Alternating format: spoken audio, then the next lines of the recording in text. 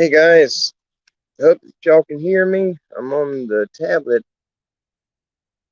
Uh, can you guys hear me in the chat?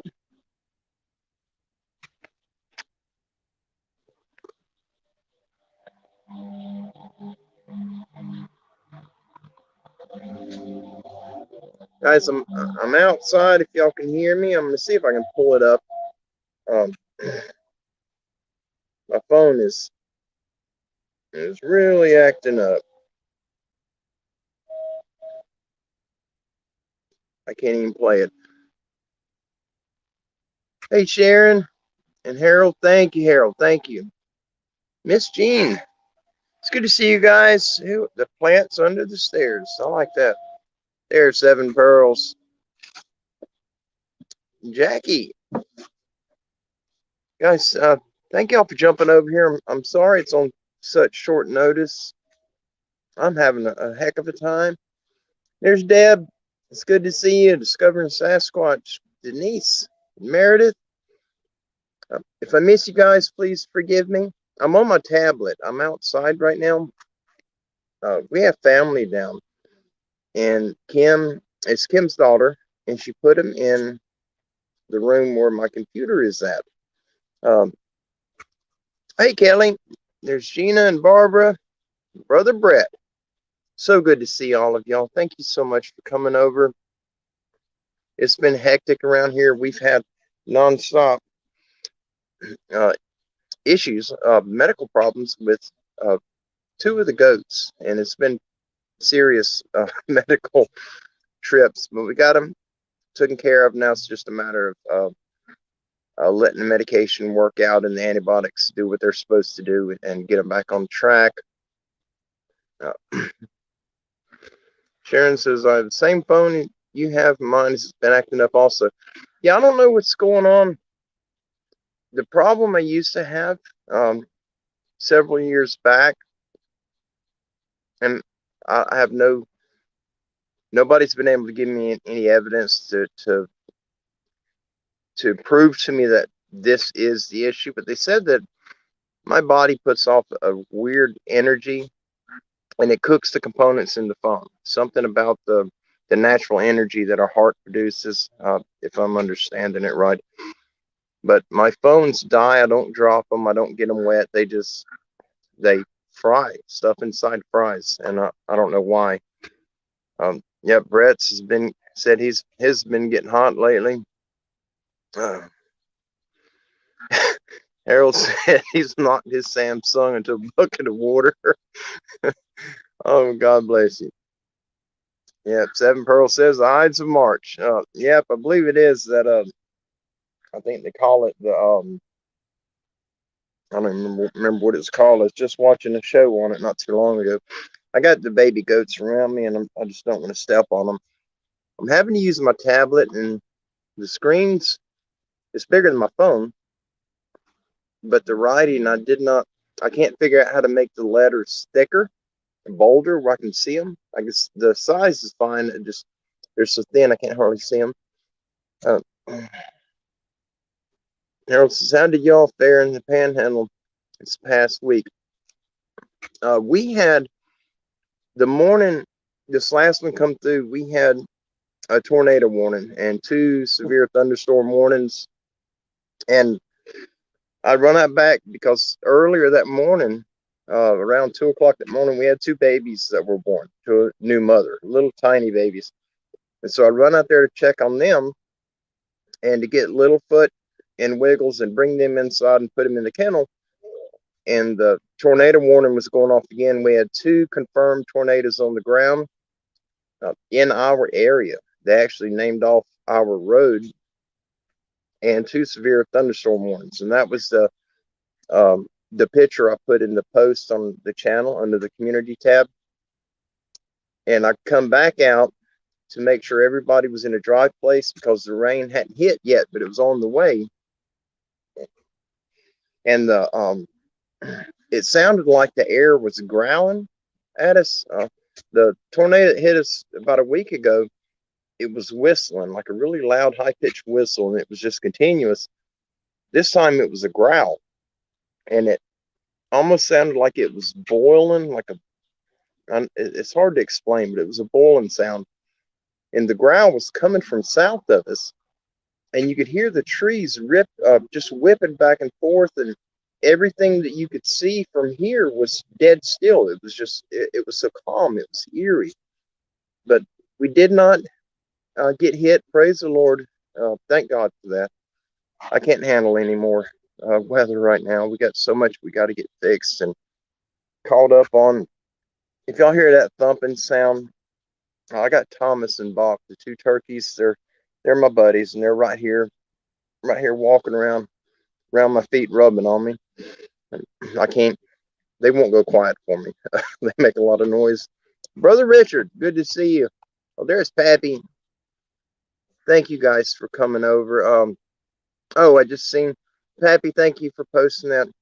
I want to let you guys know, if those of you that don't know, our sister on the channel, Mountain Girl Sasquatch, we have a very close personal relationship with her. She's just a tremendous friend. I'm as close to her as I am my biological sisters. I love her to death, and she's been helping us throughout the last year and a half. I guess it's been maybe 2 years, and she would send down blankets and cloths and supplies to help us with the goats. And like many of us, she's not in a situation where she can just order a bunch of supplies. You know, most of us, we live week to week, and it's tight, especially right now. The economy's going berserk. And so she had got together, and she set up a GoFundMe for us, and I'm so overwhelmed with emotion for doing that. I'm so grateful. Nobody's done nothing like that for us, and several of you guys have donated on it, and I thank you greatly. Some of y'all wanted to be anonymous, and I would never give your last names, but I can't share the names because I can't access it. My phone is, I don't know what's going on with it, and I'm going to try to see if they can do something with it tomorrow. I'm hoping that it'll call out. There's D, Sister D, and Tracy. I'd missed somebody, Joe G, the Hoax Hunters. Brother Don, it's good to see you guys. I'm going to try to go back and make sure I didn't miss anybody. And there's Tracy. I knew Tracy would be here. If I missed you, I apologize. I'm trying to stay up with it. I just don't read as fast as it goes by. But we've had a lot going on. That's one of the little babies. I'm going to see if I can. Oh, he's running out there. We got some little tiny ones right now. But we had Beanbag. I don't know. I think he's back there somewhere. Beanbag went down. He's a goat that's been with us. I think he's about 4 years old. Armando, welcome, buddy. I'm glad you made it. But Beanbag was having problems trying to urinate. And right away we knew that he was having urinary calculi. Urinary calculi is caused mainly by feeding a goat grain. You can give them what's called grain overload, and it can be fatal. You have to be really careful how much grain you give them. But some of the goats is 90% of the time it's the males, and they get urinary calculi, which what we get that's equivalent to that is kidney stones. And these little crystal pieces, they plug up their urethra, and the urethra in the goat is tiny. Hey, Mindy, good to see you. I knew Mindy would be here. I thought I seen your name earlier, and I scrolled back up and I didn't see it. But anyhow, we took Beanbag in, and he was in pretty rough shape. And we got there just a few minutes after they closed. We called them before they closed and told them we was headed that way. Well, they charged us as an emergency visit, which is extremely expensive, but it had to be done or we would have lost him. And he went into surgery, and there's a part of a male goat at the end of his reproductive tool, and it's an extension that looks like a a worm. It literally looks like about an inch and a half long worm, and it'll move like a worm. It's a really strange device, but it's how God made them. Well, they were hoping that the blockage was inside of that. It's called the pizzle, and thank God it was. And he could not urinate at all. He couldn't relieve himself, and they put him under. And when they snipped the pizzle off, in the paperwork it says that urine was flowing heavily. His bladder was full, and so we got him home. He had to stay overnight to receive a heavy fluid drip and antibiotics, and we picked him back up. 1:30 was our pickup time. It was a little after 2 when we picked him up and paid the bill, and it came to $534 for that. But it's the goat's life is worth. There's no money amount that I would ever place on the head of one of these animals. We love them. We got him home, got him situated. We had medication we had to put into him, and we'd done that. And then Malachi, one of our older goats, he had a very rough time as a baby. He started going down. And Malachi's had a lot of problems. The man that we rescued him from, the mother birthed him, and then she walked away from him. And he put the baby up there by his mother. The mother tried to stomp him to death. Well, the old man had gallons of goat milk in the freezer, and the electricity went out, and everything in the freezer spoiled. Well, he threw away all the food that was meant for him and his wife, and he saved the rotted milk, and he continued to feed that baby rotted goat milk. He filtered out the lumps and fed him the liquid. And when we got him, he had diarrhea for almost a half a year. He was extremely sick, and he had a lot of problems after that. Well, since he didn't get mama's the colostrum either, he had a growth deficiency, and he's very bony looking. Outside of what happened to him 2 days ago, his health has been excellent. We've never had to deal with parasites with him or anything. He's been in phenomenal health. He just looks very underweight, and it's because he didn't get the colostrum. Well, we got home, and then he started crashing. So we called the vet and said, we got to bring another one. And we took him up, and that was another $305. And they run blood work. They did a bunch of work on him, and everything come back negative. I got babies looking for mamas, and mamas calling for them.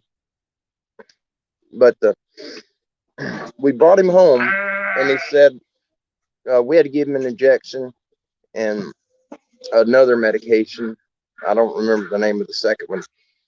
But then the following morning, which was yesterday, he wasn't doing good, and so we couldn't afford another $300+ vet bill. We just didn't have it.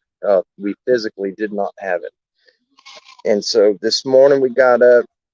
He was doing a little bit better, but he was still having a lot of issues. So we called the vet, and they said, go ahead and bring him in. And so, which we did.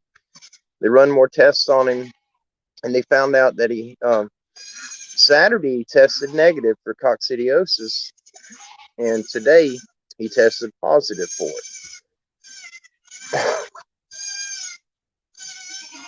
These babies are panicking, trying to find their mama. Kim turned the end lights on, and anytime the lights on, all of you get up and they flood to the lights.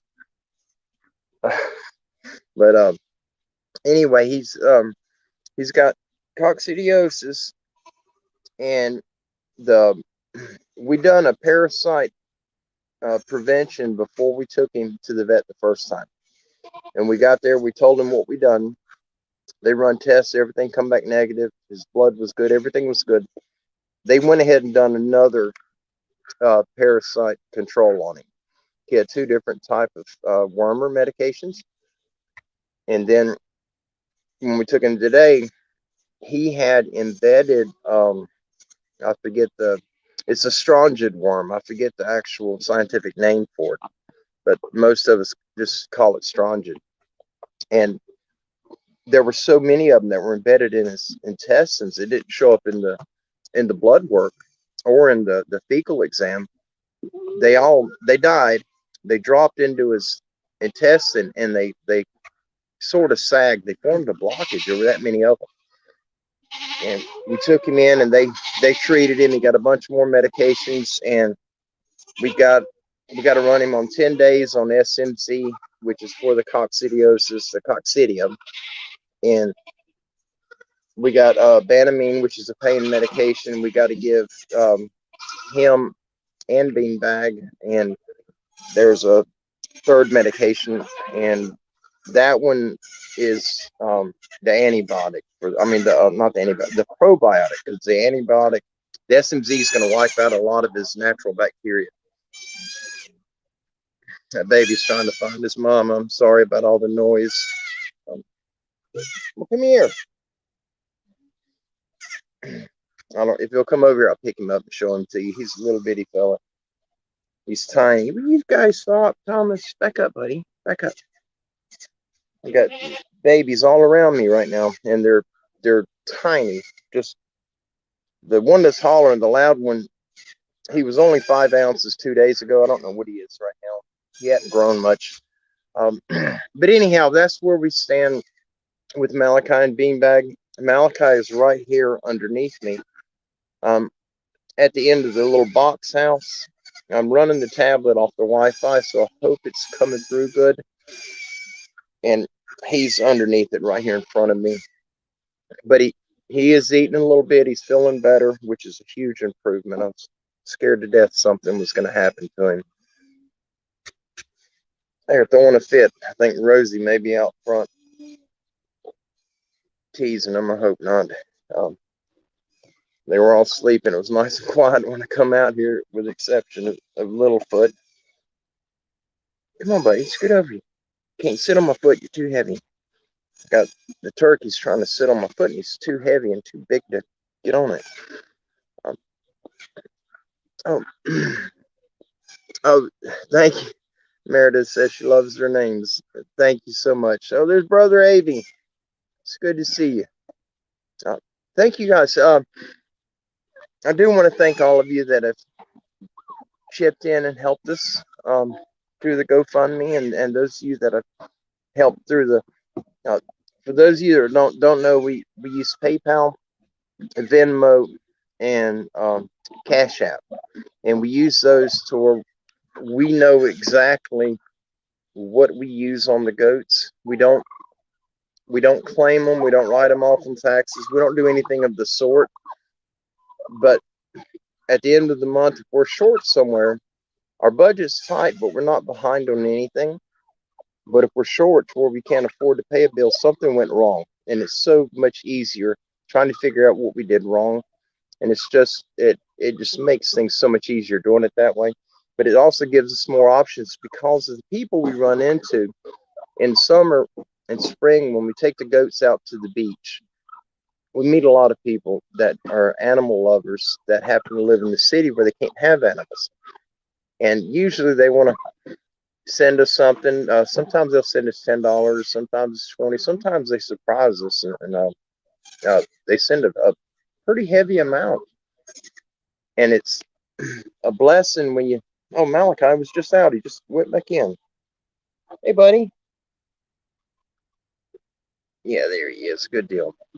But they're the people that do that, I didn't know there was any other app like that except for PayPal. That's all I've heard of. And through people we ran into, I found out about the Cash App card and the Venmo.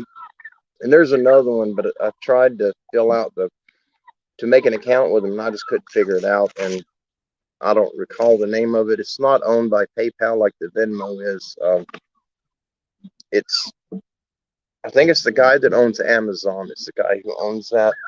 You guys stop.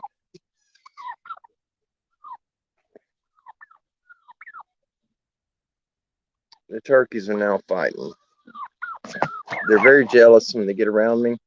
And if one gets too close, the other one hits him and knocks him off. And now they're fighting over my feet. But it's all good. But I want to let you guys know If you have any questions at all, if you're interested in the in helping us through the GoFundMe, uh, or you'd rather send prayers, whatever, it's all good. We prefer prayers. Prayers can do so much more than any amount of any money can do. Prayers, they can move mountains, and you're not going to do that with money. But if you have any questions on it, I'm not very familiar with it. Hey, Jonathan. Oh, there's JK. Good to see you guys. But you can get up with Mountain Girl Sasquatch, and I may be able to answer some of the questions. I don't know a lot about it. It took me a while to be able to figure out how to get onto it, to even look at it. But Mountain Girl Sasquatch is the manager of the account, and our sister, Lady of the Woods, and Pappy Two Bears, they could probably answer some of the questions on it.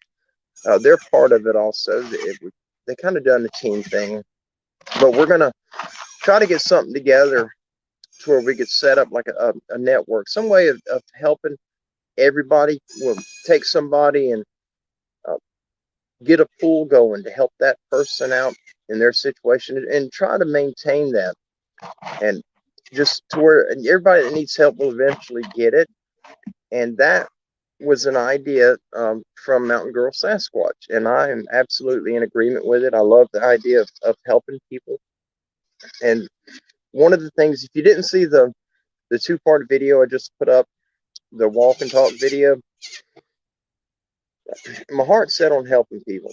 And we meet a lot of people that have animals, and they don't have much money, and they got an animal that they would give their life for, and yet they can't get treatment for them medically because they can't afford it.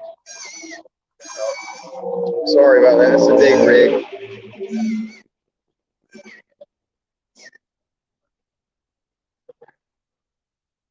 They're not supposed to do that up here. That transmission braking. Hey, buddy. I'm afraid I'm going to step on one of these little babies. I'm just trying to be careful. But what I'm wanting to do, and I don't know how to go about doing it. Hey, Aaron. Good to see you. I haven't seen you guys in so long, and I miss it. This means more to me than a family reunion, being here with you all. I know it doesn't sound like much, but the support that you get from others, that emotional support, is so powerful and so uplifting. And with everything that's come against us lately, I've been beaten down, and it's so hard to get up and just make myself go every day. And thank you, Robert. Thank you so much, buddy. But it's so often I just wanted to pull the covers over my head, go back to sleep, forget the day was even here. But there's so many animals, so many mouths that depend on me, and I can't do that. When God had put this on us to do this for these goats, by me accepting it, it's like signing a contract with Him.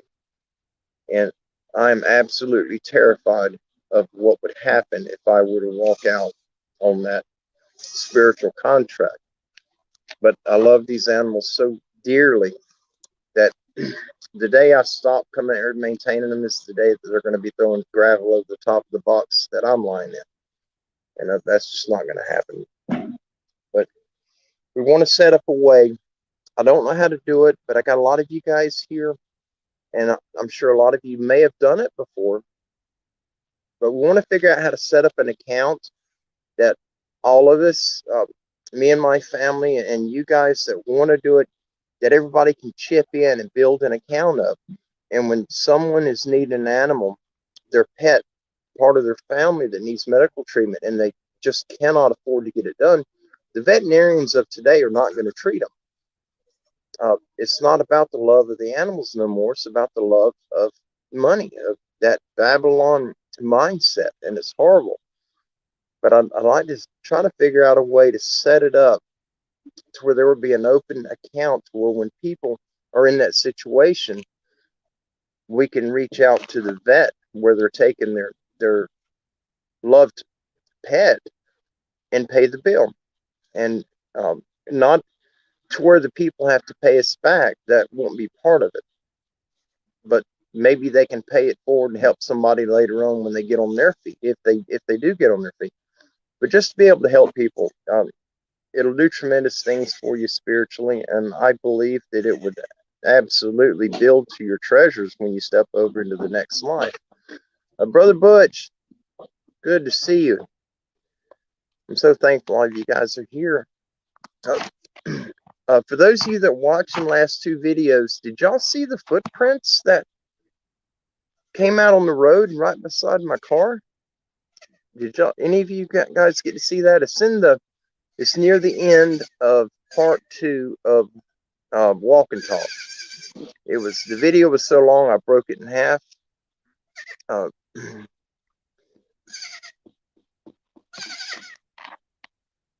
Yeah, but this right here, I mean, I'm going to put what Harold said on there. I didn't know how to exactly word it, but where he says that type of emergency group fund would be awesome to help others out with emergency vet bills. And we can do it. You know, us as a family, I absolutely believe that we can do it. I just don't know how to go about doing that, but it would help so many people. And I'm hoping if we can get something like that going, that just the word of mouth, you help 1 or 2 people and they get out there and tell their friends and, you know, their social media, hey, you know, I needed help. My baby was dying, and this group jumped in and paid the bill for me and didn't ask for anything in return. And hopefully it'll push other people to start doing the same thing, because there's so many people out in this world that are just absolutely blessed financially. They got more money than they can spend, and a lot of them have hearts of gold. But things like this, they may not ever think about. What are you doing? Come here, buddy. Hey, Littlefoot. I think he just fussed at me. Littlefoot was up. I thought it was a turkey rubbing on me, and it was him. Come here, buddy. I was going to pick him up and show him to you. Come here. Hey, over here. Over here.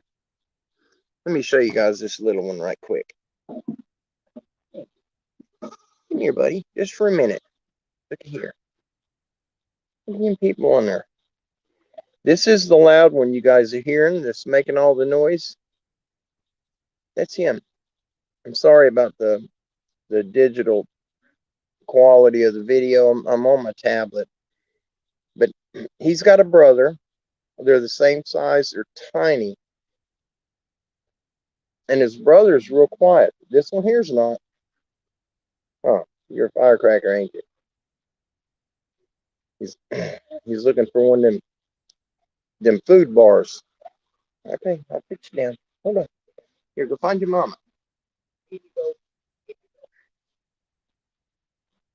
And now he's on top of my foot. I don't know where. No, Littlefoot's waiting to get in the back door. But if any of you guys have an idea how to set up a fund like that, a group fund, email me if you don't mind. I have no idea how to do it. I don't have a clue, but I think it would be a tremendous thing to be able to help people. These vet bills are ridiculous. You know, last year we griped about having a $200 vet bill every time we went in just for a basic checkup, and it is so far beyond that now, and it's insane. We ended up going over $1,000 just this weekend, and we don't have the money. I have not received that stimulus check we're supposed to get. I haven't got it yet, and I checked earlier today before my phone screwed up. Now I can't access my bank account. I can't access my email on it, but I'm gonna try to get it fixed tomorrow. I want to put this up what Seven Pearls said. This is pertaining to the 2 videos that I just uploaded a day or 2 ago. The Walk and Talk, which says, who runs around barefoot in the cold jumping fences instead of using the path?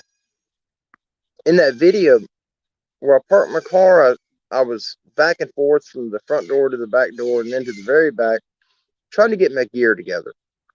And it was cold. The wind chill was in the mid 40s. I don't remember exactly what it was, but it was the mid 40s, and we had a little breeze, and it was a type cold that would just jump right into you. Winford said he has to file his. I'm going to put that up. I'll have to check into it. He said he's got to file his taxes before he gets the stimulus money. You know, Kim had gotten one. She got a check. I didn't. And we used part of her check because we had already we paid some of the bills with it. We used part of that, and then the credit cards and then some help that we got through PayPal and Venmo'd it to pay the rest of it. But she didn't file her taxes either. She's not required to. She's not. They put her on disability until they can get her back fixed, and then they'll figure it out then whether or not they're going to let her go back to work. The workers' comp is not going to cover until they get it fixed. Enigma, good to see you, bud. I just seen your name. There's Carla. Praise God, we've got such wonderful people here tonight. Editor Terry Mason, good to see you. Absolutely. But in that video, what Five Hazel was talking about, after I got all my gear together, I had on I had on a t-shirt, a long sleeve t-shirt, a flannel shirt, a jacket, and then a vest over it. And my hands were burning. They were just really, really cold. My legs were cold through the thermals. And I left the car where I parked. There's a gate, and there's a horse trail that goes back into the woods. The gate's wide enough for the horses to get through, probably 4 feet if I were to guess. But it's just an opening in the fence with 2 poles. There's no actual gate on it. So I pulled the car where my back bumper was about 5 feet from that opening so that I wasn't blocking. If somebody came up there with horses, I wouldn't be in their way. I don't want a horse kicking my car or somebody getting mad and doing something. My it's ragged out. It's a clunker, but it's mine and it runs good and it's good on gas. So I'll use it until it falls out. Chablis. Yes, I'll definitely talk about the sounds too. I'm going to put that up. If I forget, you guys just run that by me to tell you about we're just getting a lot of weird stuff starting to happen again. And it sounds, but I'd like to share a lot of that with you. But on that walk, when I got all my gear together, I locked the car up and I started to walk that 2 or 3 feet on the road right there and then turn and go down the gate. And I thought I dropped my keys. I heard something hit the ground. And so I backed up. I looked, nothing fell. I ended up kicking a little pine stick, but it sounded like a thud, like something hit the ground. Well, then I started to go back in the trail. A pickup truck is coming down the dirt road, and he stops beside me and he says to be careful for the man.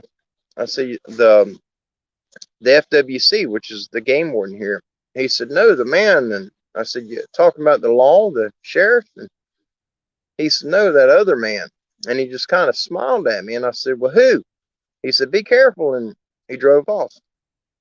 And I didn't pay any mind to it.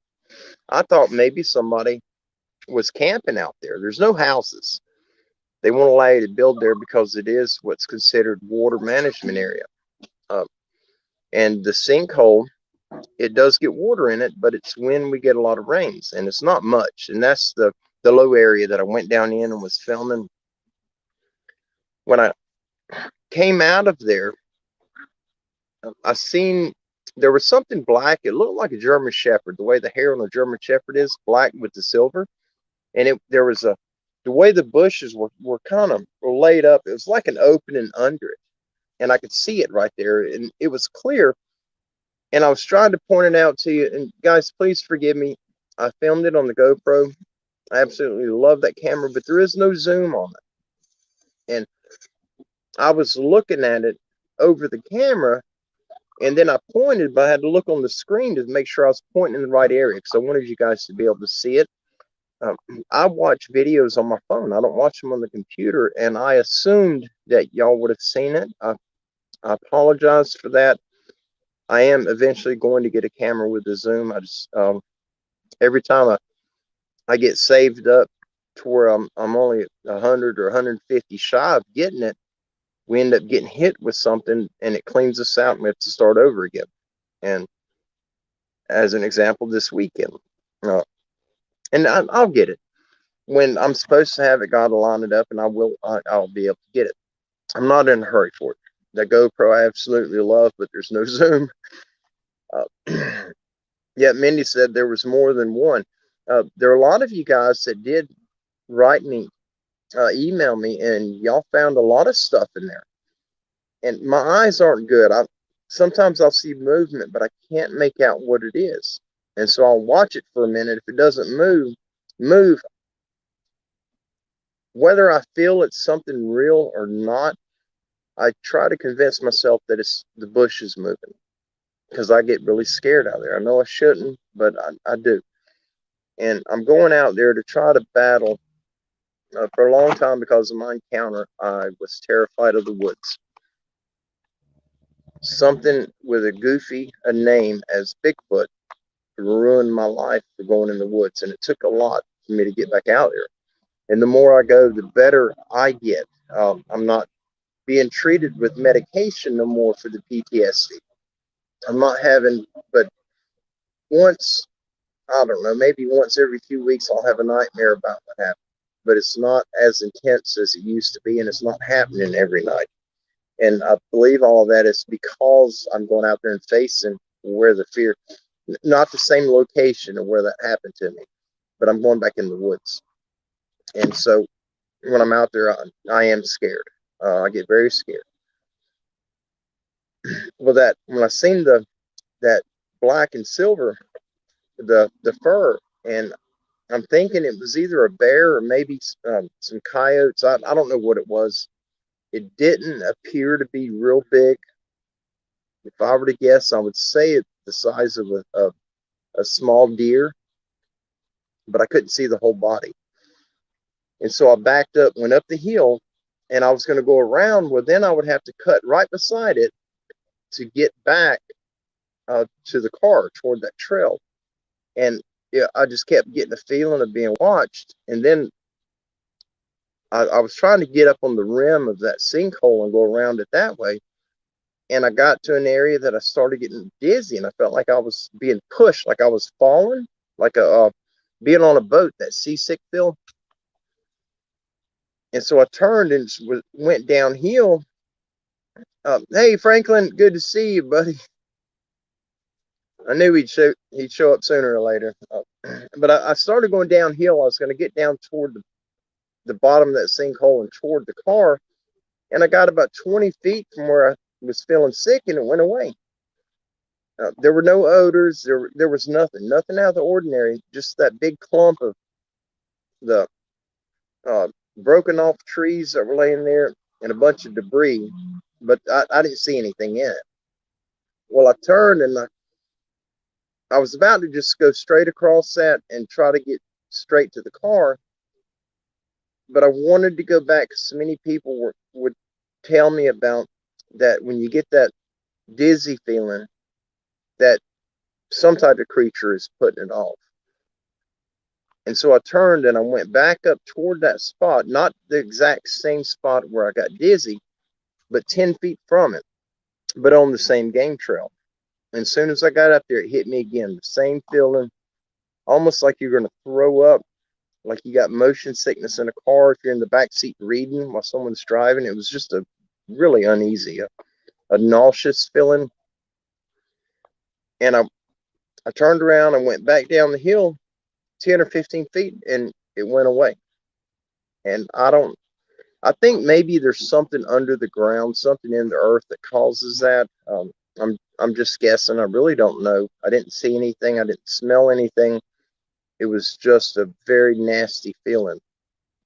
Well, I ended up, to prevent me from going down that sinkhole and being inside of whatever it was, that black and silver thing, I decided to cut across and kind of do a big circle and come out behind the car where I wouldn't have to go near that brush pile where that thing was at. And I made it out, got back on the road, and I got turned around. I thought I was going the wrong direction, and just by luck, I was going the right way.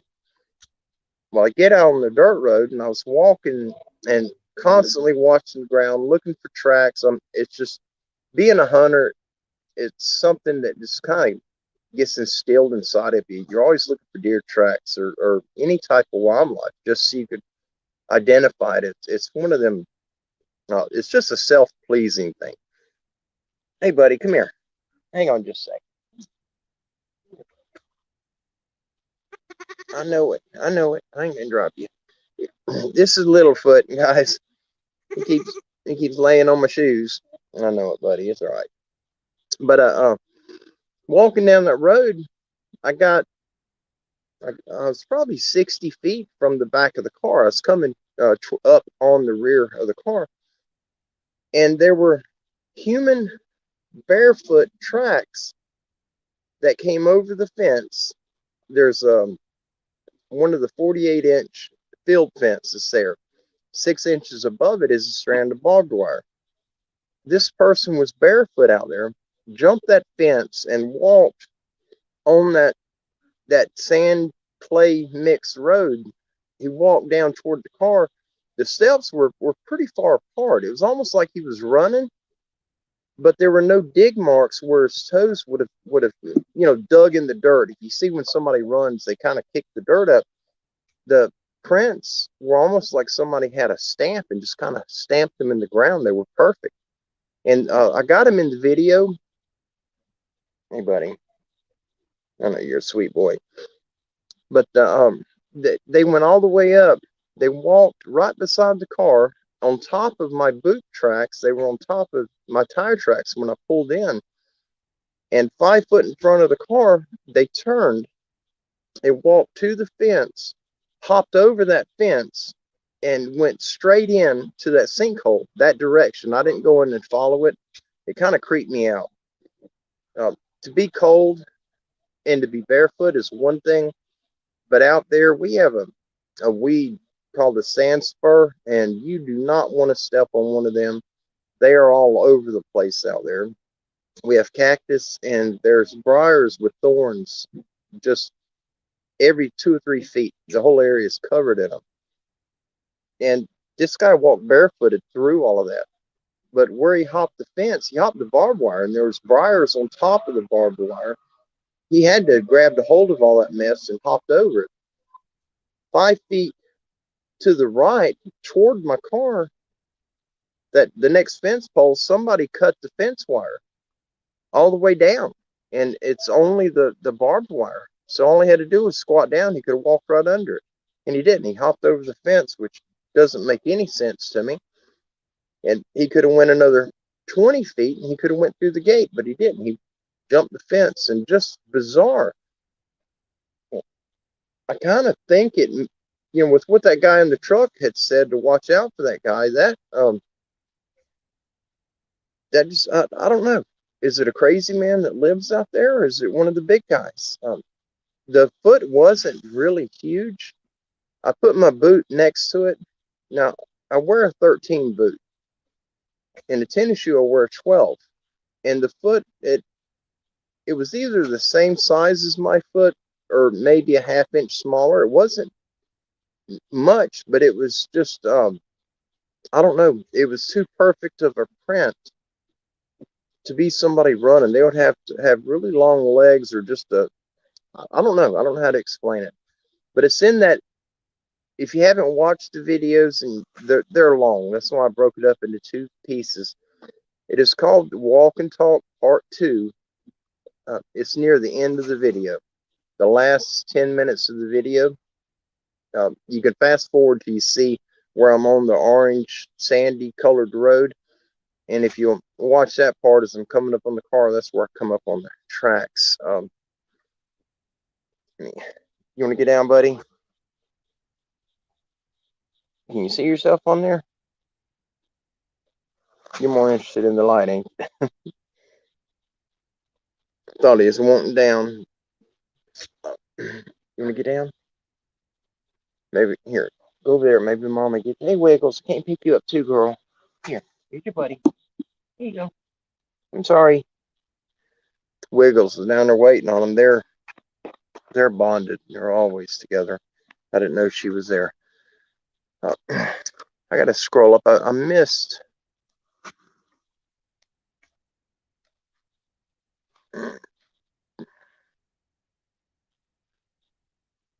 I'm gonna put this up. Chablay put on there. Donnie, they're messing with you. They know they're out there, and they're going to send you in circles chasing prints. They do it on purpose for you to look down and confuse you. I have heard that mentioned. It may have been in one of Scott Carpenter's videos.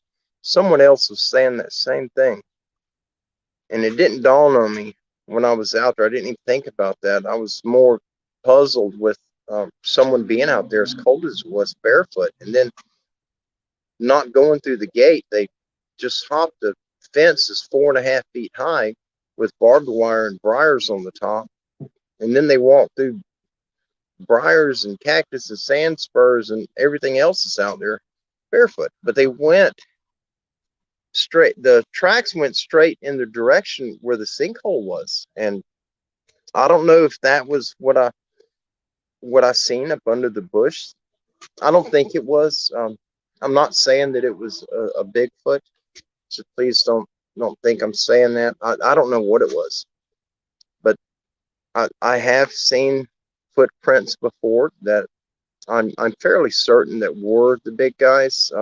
Just enormous bare human tracks, 5 toes, but huge, like what I would think a size 18 boot would be. Just a massive. I've seen them out in the middle of the swamp and where people don't go, especially not barefoot. But this track wasn't like that. It wasn't wide in the middle like the ones I normally find. Normally the ones that I find out in the woods, if they're 5 inches wide by the toes, they're also 5 inches in the middle. They're kind of got like a Flintstone foot. But that one the other day wasn't like that. I whispered to a screaming cryptid. Thank you so much. Oh, God bless you. Thank you. Guys, all of you that have donated toward the GoFundMe, I greatly appreciate it. Absolutely appreciate it. I can't thank you enough.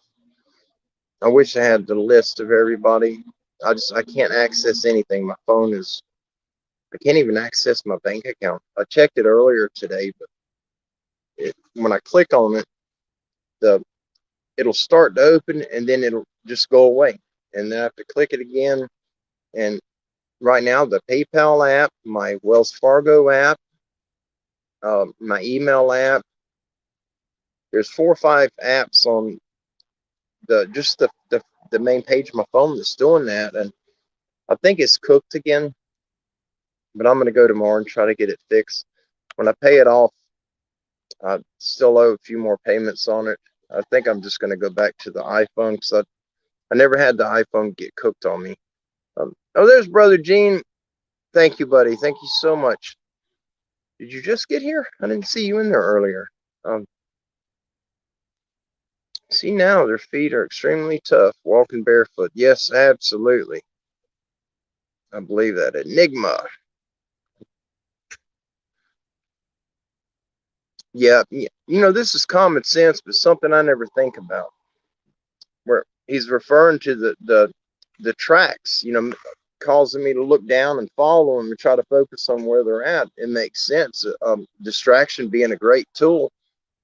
Those are things I don't think about when I'm out there. I'm so concerned with what's around me the sounds and then the feelings. And if I smell that nasty gas smell, not gasoline, but a human backfire smell, if I start smelling that stench, I get so freaked out. I get so scared. I can't function. I get a headache, and I try to avoid getting that way. I had seen another comment. I'm trying to see him, guys. If I pass you, please forgive me. Vedos Logos, camera donor, is an awesome guy. Yes, absolutely. That was our brother Mark from Australia is the one that sent that camera. And Chris has my old camera, and it's in perfect condition. There's nothing wrong with it. And I gave him everything that went with it. And he's got to practice with it. They've been pretty busy. He was sick for almost 2 weeks, and they had run a bunch of tests on him. And he's trying to get straightened out now. I'm not going to share what exactly was wrong with him. I don't know if he wants that out or not. I'll leave that up to him. But him and his little girl, the baby, got sick, and he had a rough time.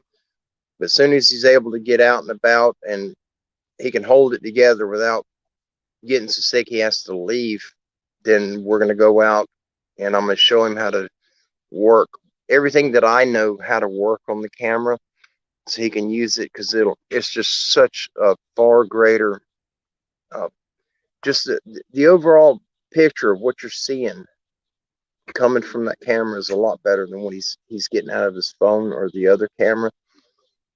And he's extremely grateful to have it. I'm so glad that we got him a good camera now to use. Come on, Thomas, don't stand on me, buddy. You're heavy. The turkey keeps standing on my foot. I got something wrong with the top of my foot. I got a little spot that hurts really bad when I touch it. I missed Franklin. I'm sorry, buddy. I'm trying to find it. Oh, he's saying, how far is that nasty smell from your property? I'm not sure which smell that you're talking about.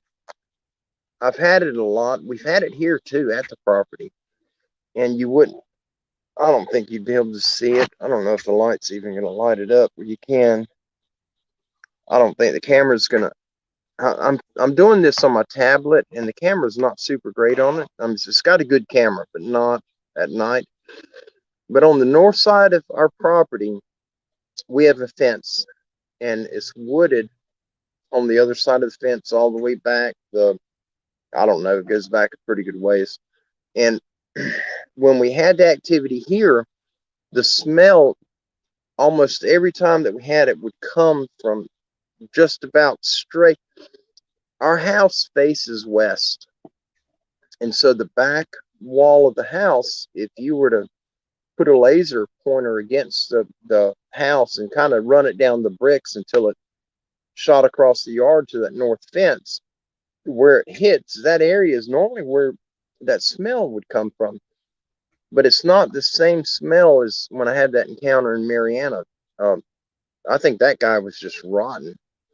The smell that we normally get here, it smells like boiled eggs. That it just smells like somebody broke wind. It's got a stink to it, and it's like when you're playing with your dog all day in the summer and they get hot and they have that musky dog smell. It smells like that and boiled eggs, but that's what we smelled here. But now, one of the areas that I filmed, when the smell that we get there is, it smells like earthworms, just like the little bucket of worms you get when you go fishing, freshwater fishing. It smells like that, mixed with like rotted hamburger meat. If you ever had hamburger meat spoil on you. And yeah, Brett, sulfur, that's the word. I can't remember. Yeah, the sulfur smell, the boiled egg sulfur smell. It's pretty nasty. It's usually when you smell it, it almost burns your nostrils. It's got a little tinge. You can feel it by your eyes when you smell it. It's strong, But every once in a while, it seems like there's several different smells when we start getting activity. But every once in a while, we'll get a smell that you can taste. When you smell it, you can literally taste it, and it's awful. It's like when you have a piece of food get stuck in your mouth, and you're during the middle of the day, and you can't get nowhere to get floss, you can't get it out, and it's in your tooth. And in the afternoon, when you get home and you're finally able to floss it, how it's got that smell to it, you can taste. It's just like that. It's awful. Yet Kelly says sewer smell. Absolutely, I agree with that 100%. Yet D says like pepper. It does. It burns your nose like just like if you were breathing a lot of pepper. No, Franklin, the smell doesn't give me the headache. I really don't know what. I think it's just the fear. I get so scared. I think I give myself a headache. I don't think they're doing it. I'm pretty sure it's me, because I've never had fear like that until I had my encounter. The only other thing that's ever truly scared me out of my wits besides that is the only time that God has ever spoken to me, and he said one sentence to me, and that scared me worse than anything I've ever experienced. But I knew it wasn't bad. But you get a full understanding of just how powerful our Creator is if you ever hear the voice. And I only heard it once, and it was before I got saved. But that's the reason I got saved. That was all the push I needed, and I sought and found Christ real quick after that. But it changed me. But these guys, the fear they put in you is different. It's almost like it breaks your body down where you can't function.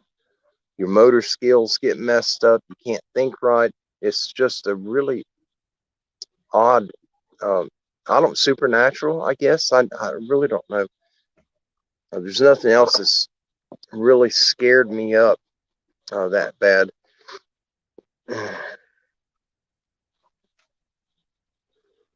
I'm going to put this up what Meredith just said about the stimulus checks for you guys that are like me and you haven't gotten yours yet. She said they're all messed up on the stimulus checks, and SSDI are getting hours later, like last time the outgoing message told her on her debit card. So if that's the case, and that would be fantastic. I can get the rest of the materials to get our fence fixed. I haven't got the fence done yet. And I hurt my back on the rolls of wire, trying to do it by myself. And I was trying to stand the wire up, and I did not know they were that heavy.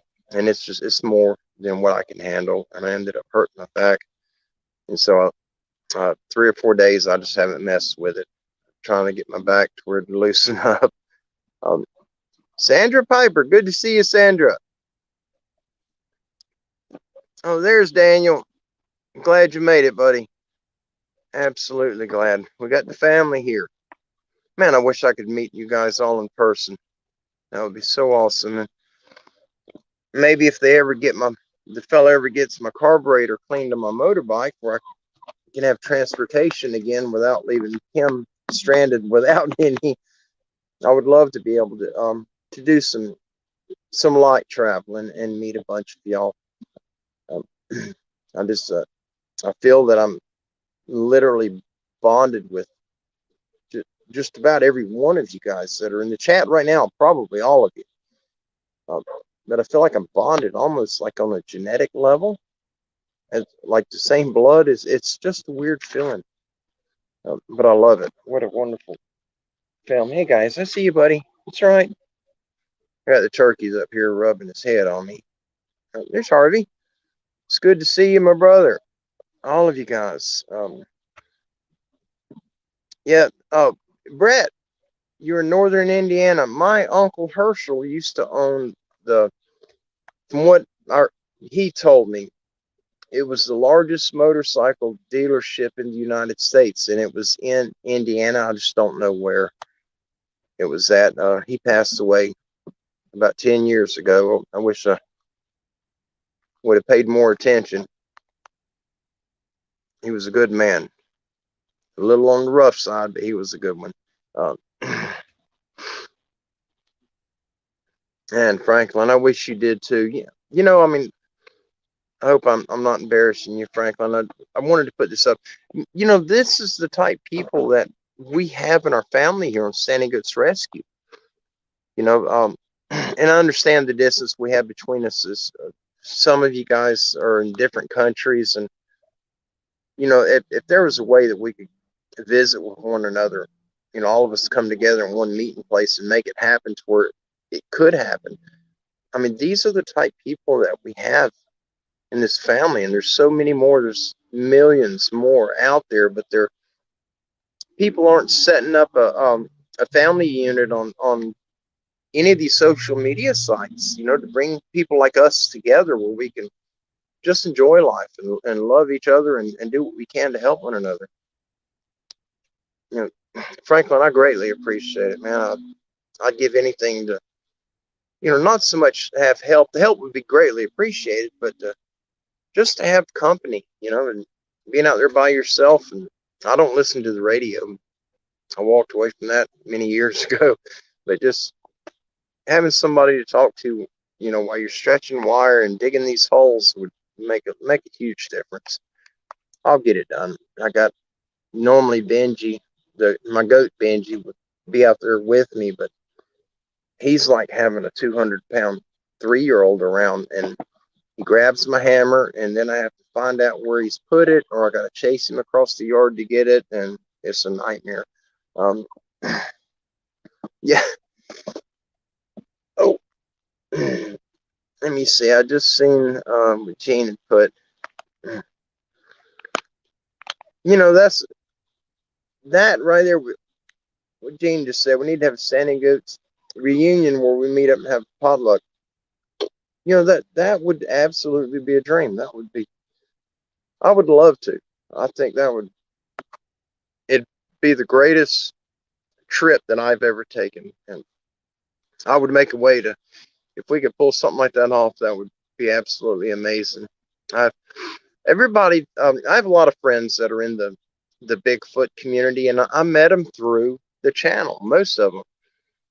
But they have a lot of get-togethers where they're all coming up and they're meeting, but they're meeting to go out and hunt down these enormous woods people, these Bigfoot. And guys, I'll get in my car and leave. I'm too afraid to go after them.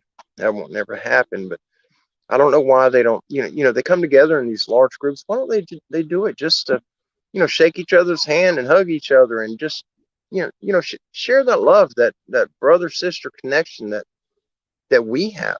It's amazing. Ari says, Standing Goats potluck. Count me in. Amen, brother. Amen. I can eat. I'm sure you guys seen the gas tank I carry on me. I can put away some groceries.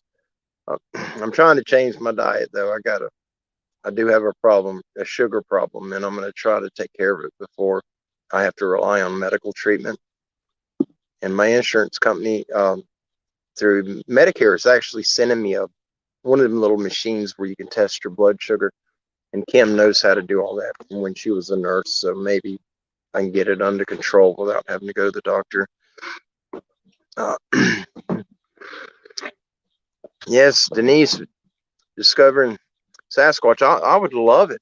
And if you guys ever get near Panama City, Florida, Dothan, Alabama, Pensacola, anywhere down here in this area, get up with me. I would love to. If I got a way, hopefully my bike could be done soon, and I'll be able to scoot around almost any time that I want. I just go to bed really early at night. Normally my bedtime's between 7:30 and 8. But I've been wanting to get out here. But if you guys do get in the area, in the Panhandle of Florida, if you know you're going to be down here, drop me a line, email me, and let me know when you're going to be here. And I'll share my contact information with you. I'd love to just get out and shake your hand and just meet you in the flesh. You know, we're all binded through Holy Spirit, every one of us, and it has nothing to do with our race or where we're from. It has nothing to do with that. We all come from the same Creator, and we're of His blood. Oh, there's Brother Chris, Claghorn Outdoors. It's good to see you, buddy. God bless you. I love you, man. I'm glad you made it. I was just sharing with him that you and the baby have been sick for a while, and I didn't want to give the details about what you had going on. So maybe you can do that over there on your channel when we get out in the woods here soon and get some videos up with you. Well, I'm glad you made it. Chris is my brother, and he's the one man here that near me that I can count on, and it doesn't matter the time of day or night. And I tell you, it's very rare to find somebody like him in this area, especially this area. So glad he's here. But no goat meat will be served. Absolutely, Harold. I'm definitely, I have eaten goat in the past, but that was way before I ever done what we're doing now. That was back before I broke my neck, when I actually worked a good job, and I traveled all over the world. In most of the countries, that's what they eat. I've even tried horse one time, and it was good, but it was very hard for me to eat because I didn't find out what it was until my second or third bite, and I just couldn't do it no more. Shout out to Moggs. He's traveling. Oh, hallelujah. Come on, guys. Don't sit on my foot. You're heavy. Sit on the other foot. The turkeys keep sitting on me.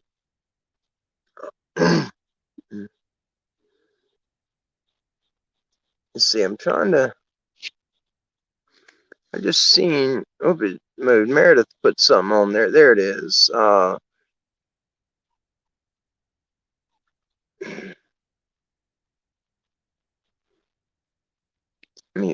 going to put this on there. I'm pretty sure Meredith is referring to the video, the walk and talk video. It says, I saw something towards your right of where you were pointing to. I watched it 3 times and it looked like a flash, but then I blew it up on my phone and looked where you pointed to, and I saw movement, the paw prints. That was up on the sand hill, I believe, which she's referring to, on that sinkhole area on that walk. Right before I seen that movement, that black and silver thing in that dark spot in the bushes. There were tracks. I believe there were coyote tracks that went up the hill, and I had them one time. They actually got after me. A pack of coyotes did, and I've never been afraid of them before, but I don't know if it's respect or fear, but I don't want to run into them again.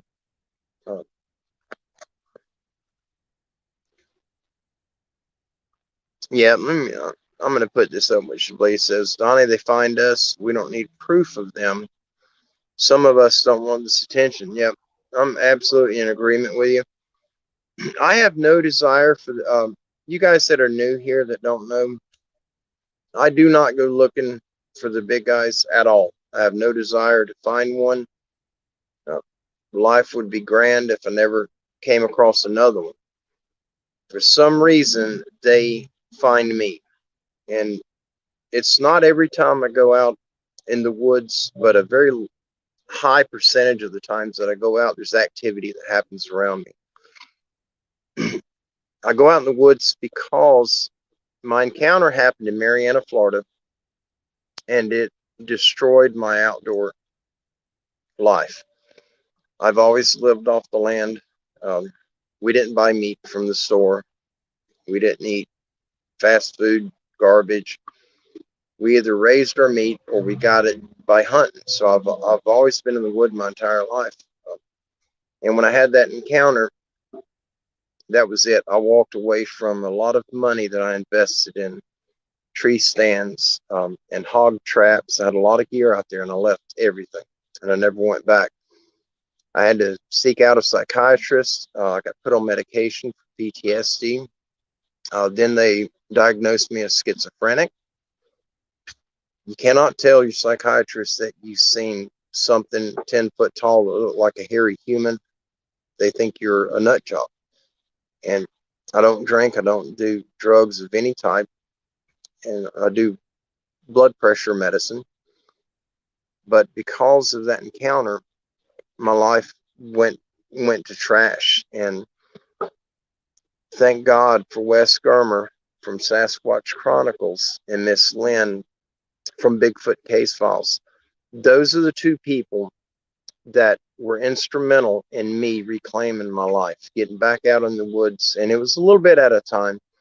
But as I got out there and started taking these walks, it was very short in the beginning. I'd walk 50 to 70 yards from the car, and then I would go back to the car because I felt like somebody was following me. But gradually, doing this every other day for a year, I got to where I could get 150 or 200 yards from the car. And then I finally got like where I'm at now. I'll go as long as my legs can carry me. But I do not go looking for the big guys. I will not. I have no desire to. I enjoy being out there. I enjoy the wildlife. And I would love to just have hours of footage of deer out there in their natural habitat doing what they do. But when I go out there, now I know what these structures are. I know what a lot of these signs that the big guys leave behind. That's what I do seek that out when I'm in the woods. I do look for those signs and I film it and I share it here with our family on YouTube, and then the other people that are not part of us that just kind of drop by and check out the videos.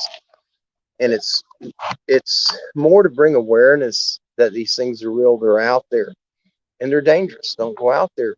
You know, if you don't know what you're looking for, don't let your children go out there. My God, don't let them go out by themselves. You know, when I go out in the woods, I always have a firearm on me or two firearms. I know it's not enough to kill one of these things. You shoot one, you're going to be in a lot of trouble because there's others out there with it. But it makes me feel better. I feel that I've got the upper hand because I am armed. I don't feel naked. And if one were to come at me and I knew without a doubt he was going to attack me, yes, I absolutely would shoot him. And I would shoot him in the mouth or in the face. I would make sure that it's a spot that's going to mess him up and it'll give me time. I'm not going to shoot him between the eyes or, you know, I'm not going to shoot him in the upper part of the head to hit him in the brain and kill him. I want to mess up the bottom part to where he's busy holding his mouth trying to keep his teeth together rather than getting after me. If you drop him dead, you got trouble, in my opinion. If you shoot one and he hits the ground dead, his buddies are coming after you. And that's the fundamentals of war. You know, they didn't create military weapons shooting 40 caliber rounds because you shoot a man with a bullet that size out of a rifle and game over. He's out. His life is expired right then. During war, they made a small caliber, a 223, a 5.56 round. It's a very small bullet. But the reason they created that one, not to kill, but to lame, to injure. You know, if you injure a man in battle, it takes two good men to get that injured man off the field, to get him to where he could get medical treatment. So you take more people out of the fight. And these creatures, these giants, if you injure one, the buddies with him are going to run to his aid instead of running after us. And that has been, I don't know that I can't say documented, but there's been people that have been in that exact scenario. I've listened to several reports on other channels of people doing that, shooting them in the leg, shooting them in the knee or in the hip, and they run off screaming. And then they'll hear the other ones that were behind them would run over there to their buddy that was hurt instead of attacking him, and they were able to get away. And it's something I try to keep in my mind all the time. I don't want to be put in that situation, but if I am, I would much rather injure one and me get away safely than kill him and then have to deal with his buddies. If he's standing still, looking at you, roaring and growling, he's an easy target. You can't miss. But if you've ever seen these things move, how fast they are, there's no way. You would have to be an excellent marksman to hit one on the run, and I am not that person.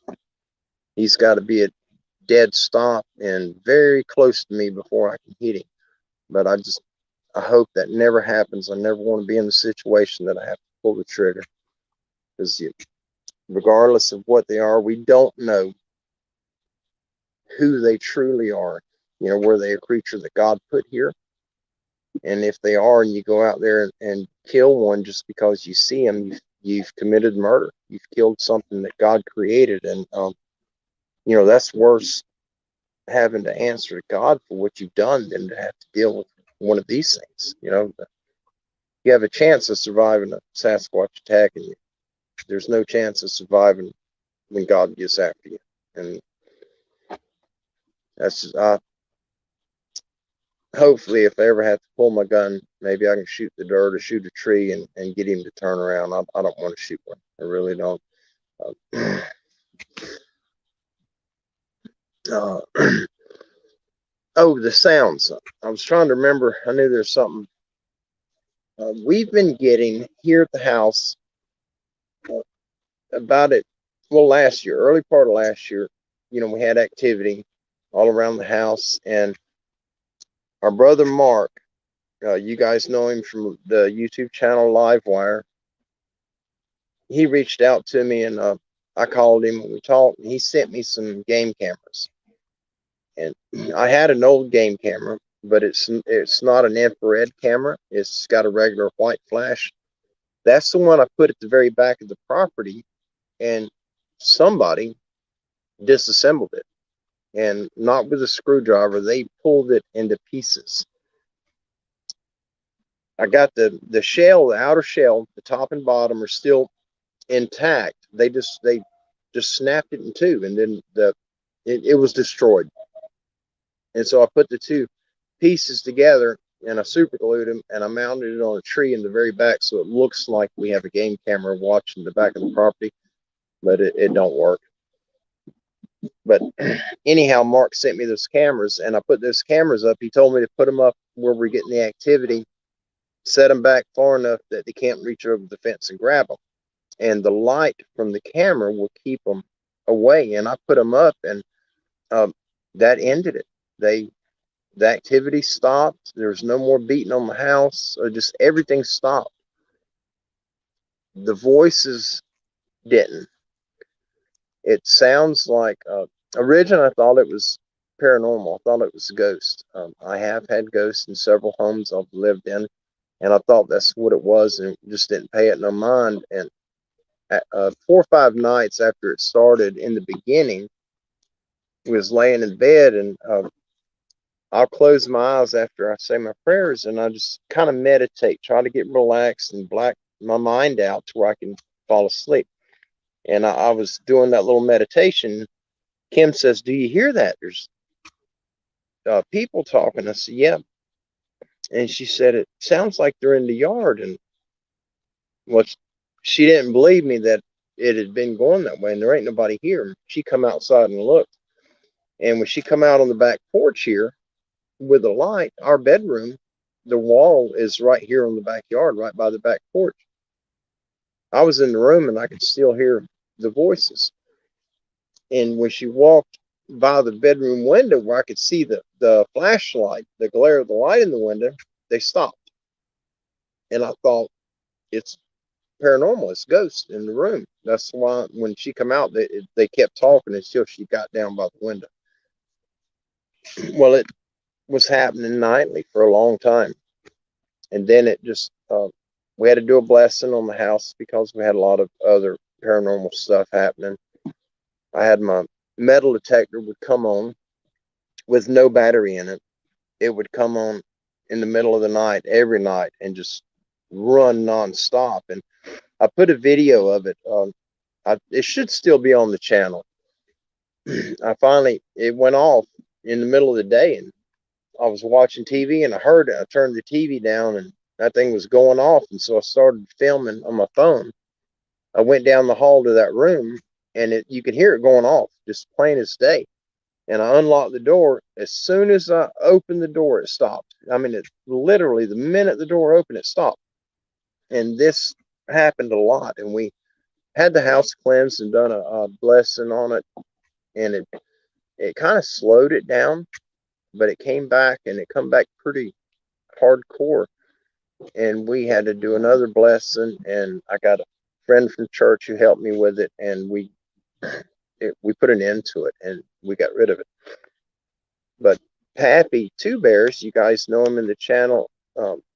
He's in the chat, and a lot of you guys know him personally, like we do. He is an amazing man. To me, he is like a spiritual leader. Very, very wise, very intelligent, and I love him to death. I'd give my life to that man any day of the week, no questions asked. He and I were talking, and he said, "Didn't the activity start about the time I brought the deer heads home?" And I never put that together.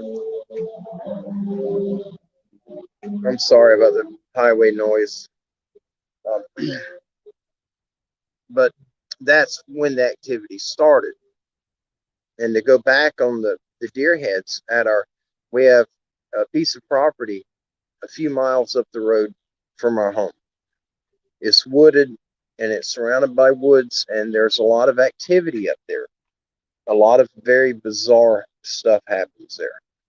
I took our brother Jeff Townsend up there with me, and he was on edge the whole time. And well, Peter, good to see you, buddy. I'm glad you made it. Our brother Peter, he's from the land out there all by itself. He's from Australia. Peter and I talk through email often. He's a good man.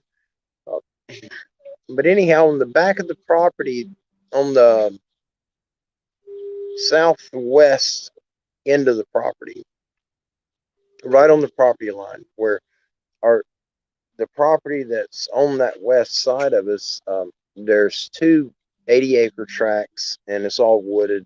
And then there's several very large tracts around that it's all privately owned, all the land tracts. But there's no there's no fences, there's no houses, there's just nothing there. It's just woods. But on that side, that's where we get all the activity. That's when I first started. A lot of people were telling me to put gifts out, put food out, and I know better than to feed anything you don't want around. But I did try to put the gift stuff out for a little while, and I put a baseball out there, and they're aquarium stones. It looks like a rock about the size of a quarter, and one of them was blue, but it was see-through. You could see through it, but it was a deep blue color. And I had a clear one and an oyster shell, just some odd trinkets. And there was a tree root right there, and I kind of set the stuff up on the root, and I put the baseball. And this was about the second or third time that I was putting stuff, because they would get moved around. And the blue rocks, when I put them out, I'd come back 3 or 4 days later, and the blue one was always gone. And everybody on the channel that was keeping up with me during that time said that, well, the big guys like blue. They like all kind of stuff blue. And in my mind, it was a crow coming in, because crows also like stuff like that. And we have a lot of crows down there. Well, when I put the baseball there, I come back a few days later to check on it, and it was gone.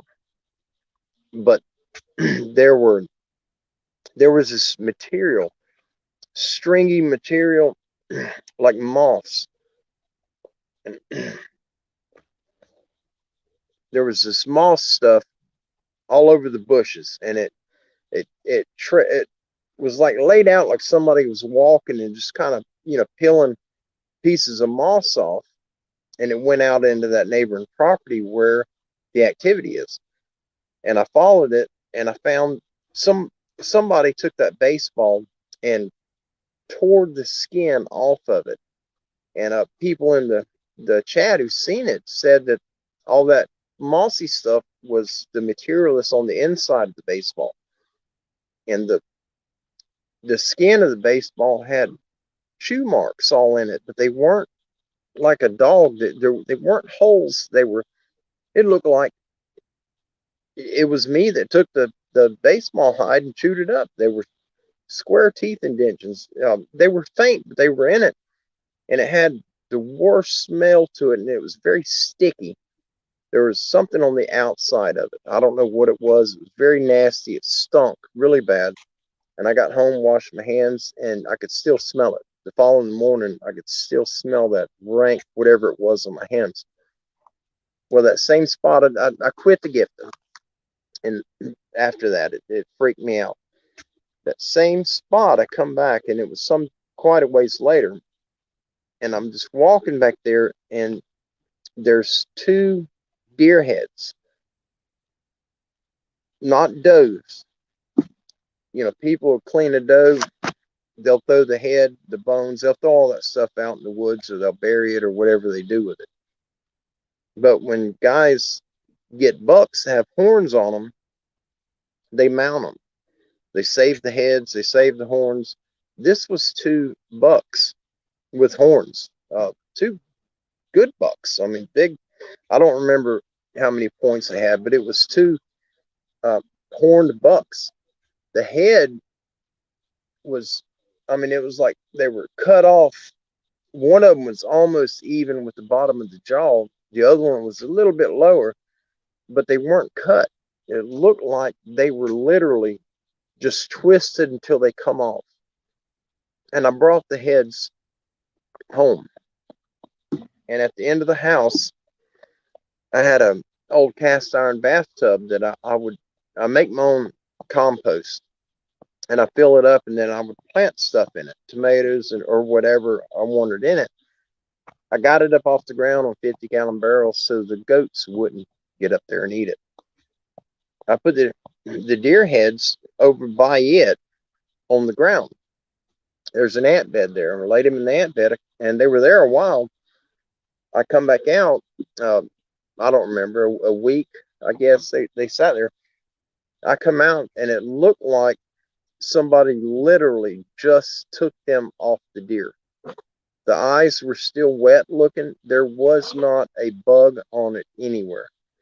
The meat was not decomposing. It was the weirdest thing I've ever seen in my life. And I stuck them up in that bathtub, in that planter, and hoping, because there's a lot of worms, I got mealworms, all kind of stuff in that tub to help with the plants, hoping that they would get eaten up. And sitting out there for several days, and it was pretty warm out. I went out there one day looking at them, and there wasn't a fly on it. There wasn't a maggot. There was nothing. There was no insects on it at all. It was sat out there in the woods at our property. No animals ate on it, but they had the heads. They were sitting down in a way. You can see me. They were kind of like this, like backed up to one another, like they were looking out. They were placed there, but they were set in a way like somebody was doing with the, I can't remember what them cults do, ritual. It was like a ritual. The heads were placed down and looking opposite ways. I had a bug kept crawling around my mouth, and I guess finally went in my mouth. Sorry about that. But anyhow, Pappy said, or had asked me, didn't that activity start the same time you brought the heads here? And I didn't even think about it. And when I done a video, a live stream, and I showed everybody, I zoomed in really close where they could see the tissue, the underside where the head was removed from the neck. And everybody that seen the video agreed with me. It looked like they were ripped off the deer. it just didn't make sense that somebody would throw away a head that had big horns on them. One of them was an average sized deer. The other one was a pretty good deer, pretty good buck. And I don't kill very big bucks at all. I'm a meat hunter. I'll get whatever one comes in, and I'll do a little, what I call a day pray. In my mind, I'll pray. I'll watch him. I won't close my eyes, and I'll just kind of do a mental prayer. And a lot of times I'm denied the deer, and I won't shoot him. And some of the biggest deer I've ever seen, that has happened to me. And I'm too afraid to go against what I'm feeling it in my spirit. Because if it is God telling me not to shoot him and I pull the trigger, that would be really bad. But I've never got a big buck like one, the bigger of the two. I ain't never shot one like that. And I'm sorry, hang on, just, you okay? Come here, buddy.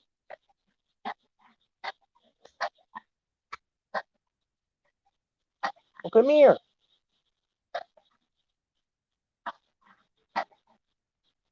Hey, you okay? I'm sorry, guys. One of the goats is, he's, if you can hear him coughing, he's got a piece of hay hanging out of his mouth, and it's down his throat. It's irritating him. He's hacking it up. All right. He got it out. Sorry about that. But anyway, long story short, everybody that was in the live stream said to take him back, take the deer back. And so I took him, I loaded him up, and I took him out. And there's a creek, a flowing creek over there, and I threw him in the creek. And that was it. But that's what I believe, that's what caused the paranormal stuff to act up, to start up. I don't know what was wrong with them deer heads. I don't know why the bugs weren't eating them. It was the strangest thing I've ever seen. In the wild, any meat at all that you throw out in the wild, it's not going to be there long. If you shoot a deer and you don't find him, in a few days he's gone. The wildlife, the raccoons and possums and coyotes and just all the wildlife in general will get in there and eat him up. You okay? I think I thought she got the hay out. I guess not. Um, but anyhow, I got sidetracked. I'm sorry about that. I just kind of lose my thought path sometimes. Hey, girl. The goats are they're the way they're laying. They got their head facing me, and I thought something's wrong with them. She's just asleep. Um, but anyhow, the going back to the sounds, the voices we were hearing, they ended up stopping for a long time. Well, they started back up recently, and we're getting the sounds of somebody hitting the wall, and our house is brick, and it sounds like somebody hitting the wall with something very heavy, because it shakes the walls inside the house.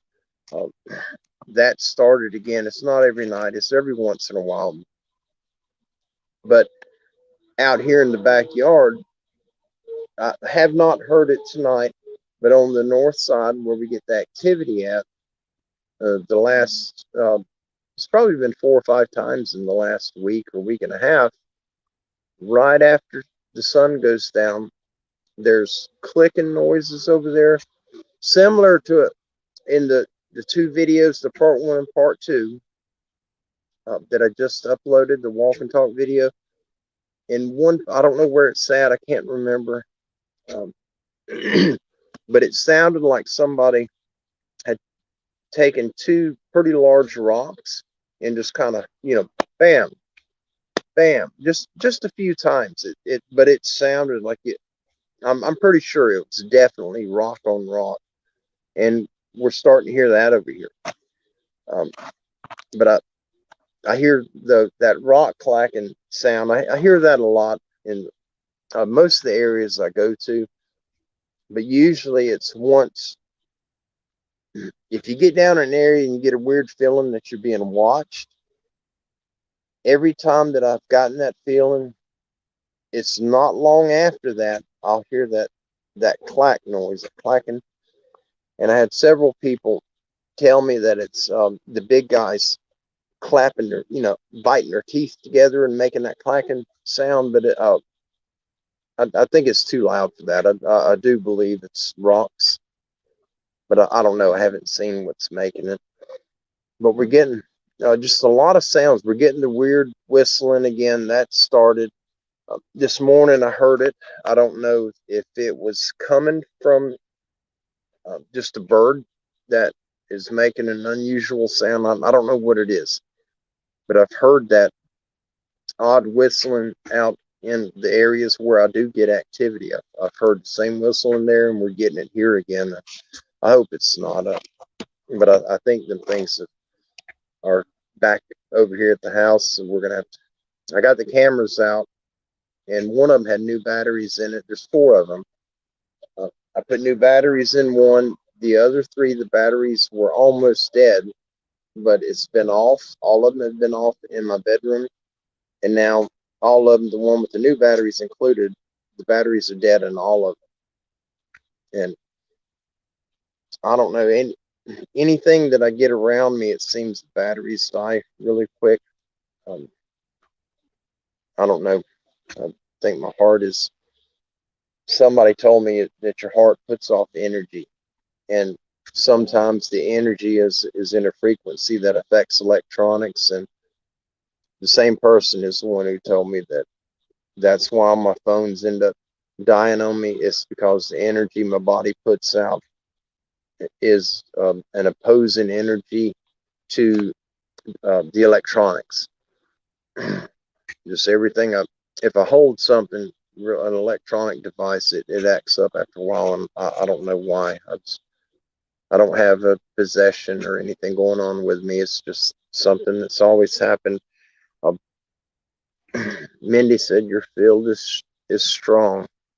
Um, have any of y'all ever heard that? Because there's been a lot of people that I've talked to about the phones going out, and it's my phone. Me and Kim we usually get to buy one get one deal on the phones, and she just breaks hers. She drops them all the time, but mine always dies. Hers will just run and run, and mine will die. It'll just for no reason. Um, have you guys ever heard of that? Heard of anybody saying that your body puts off an electricity, or I'm sorry, not electricity, an electric, some type of frequency, but it messes up electronics. Is that new to you all? Um, and oh, I'm sorry, Mindy. I meant to put that one up. Like what Mindy's saying, she has a friend who fries electronics. It's the same thing with phones, but that's the main electronic that I've always got with me. And if I start using it a lot, it'll start acting up, and then it ends up dying. And I didn't know if it was. I'm gonna put Vados logos. I shut street lights off. Your heart is electromagnetic vortex machine. I actually, I do believe that your heart is doing something. I need to look into that. It's very interesting. Um, but he says he's shut street lights off. Here's what Franklin said. His uncle has the same thing. Uh, yeah, I didn't. I'm sorry, Carl. I just seen what you put on there. Ken King. He talks about the same thing. I need to look into that because I'm curious now. I wasn't sure if that was a real thing or if it was just something that somebody come up with, but I've heard it before. I just don't remember where I heard it before it was told to me.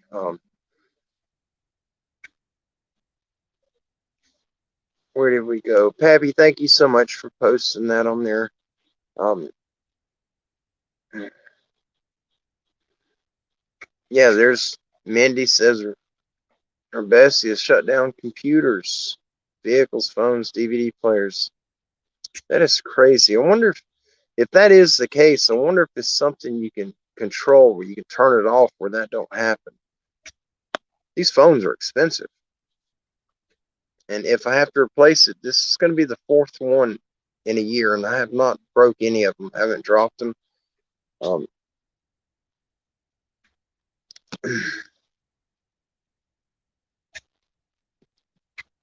yes, Mindy, please. Mindy says she can share some good resources with me on that. Yes, absolutely. If you don't mind, I'd greatly appreciate that. I just seen Steve. It said something. Where is it? Steve on. There you are. Um, that's interesting. Steve says the energy field of your heart extends as much as 10 feet around your body.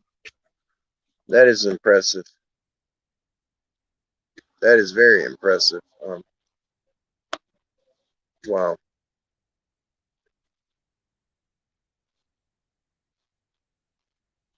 What is? I got it back. I just seen Meredith's uh, comment on there. Swamp sludge and sulfur mixed with dehydrated urine and poop, and I was trying to figure out what is she talking about. Uh, I know she's on a different conversation. I'm sorry about that. I just seen it and it cracked me up. Uh,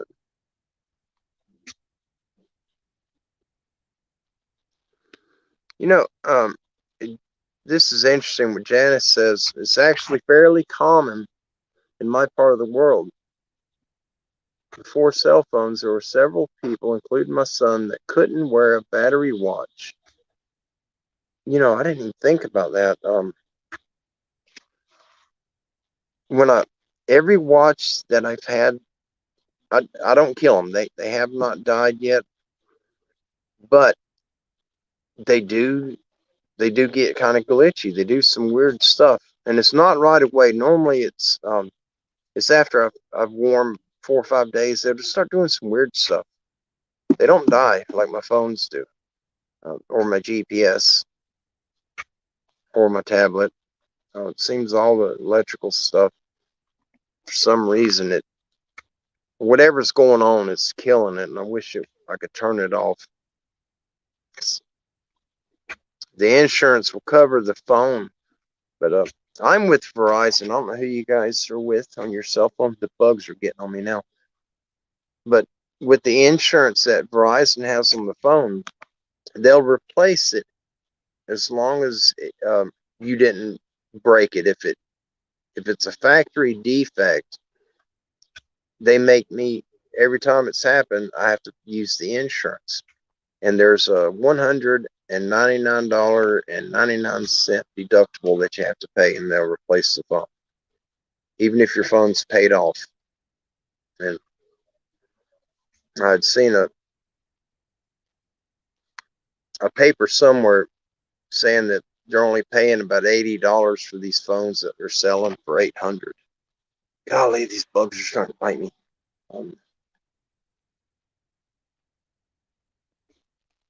Anti-Bigfoot concoction. Oh, Harold's going to bed, I guess. Good night, Brother Harold. Oh, yeah, there he is. Yeah.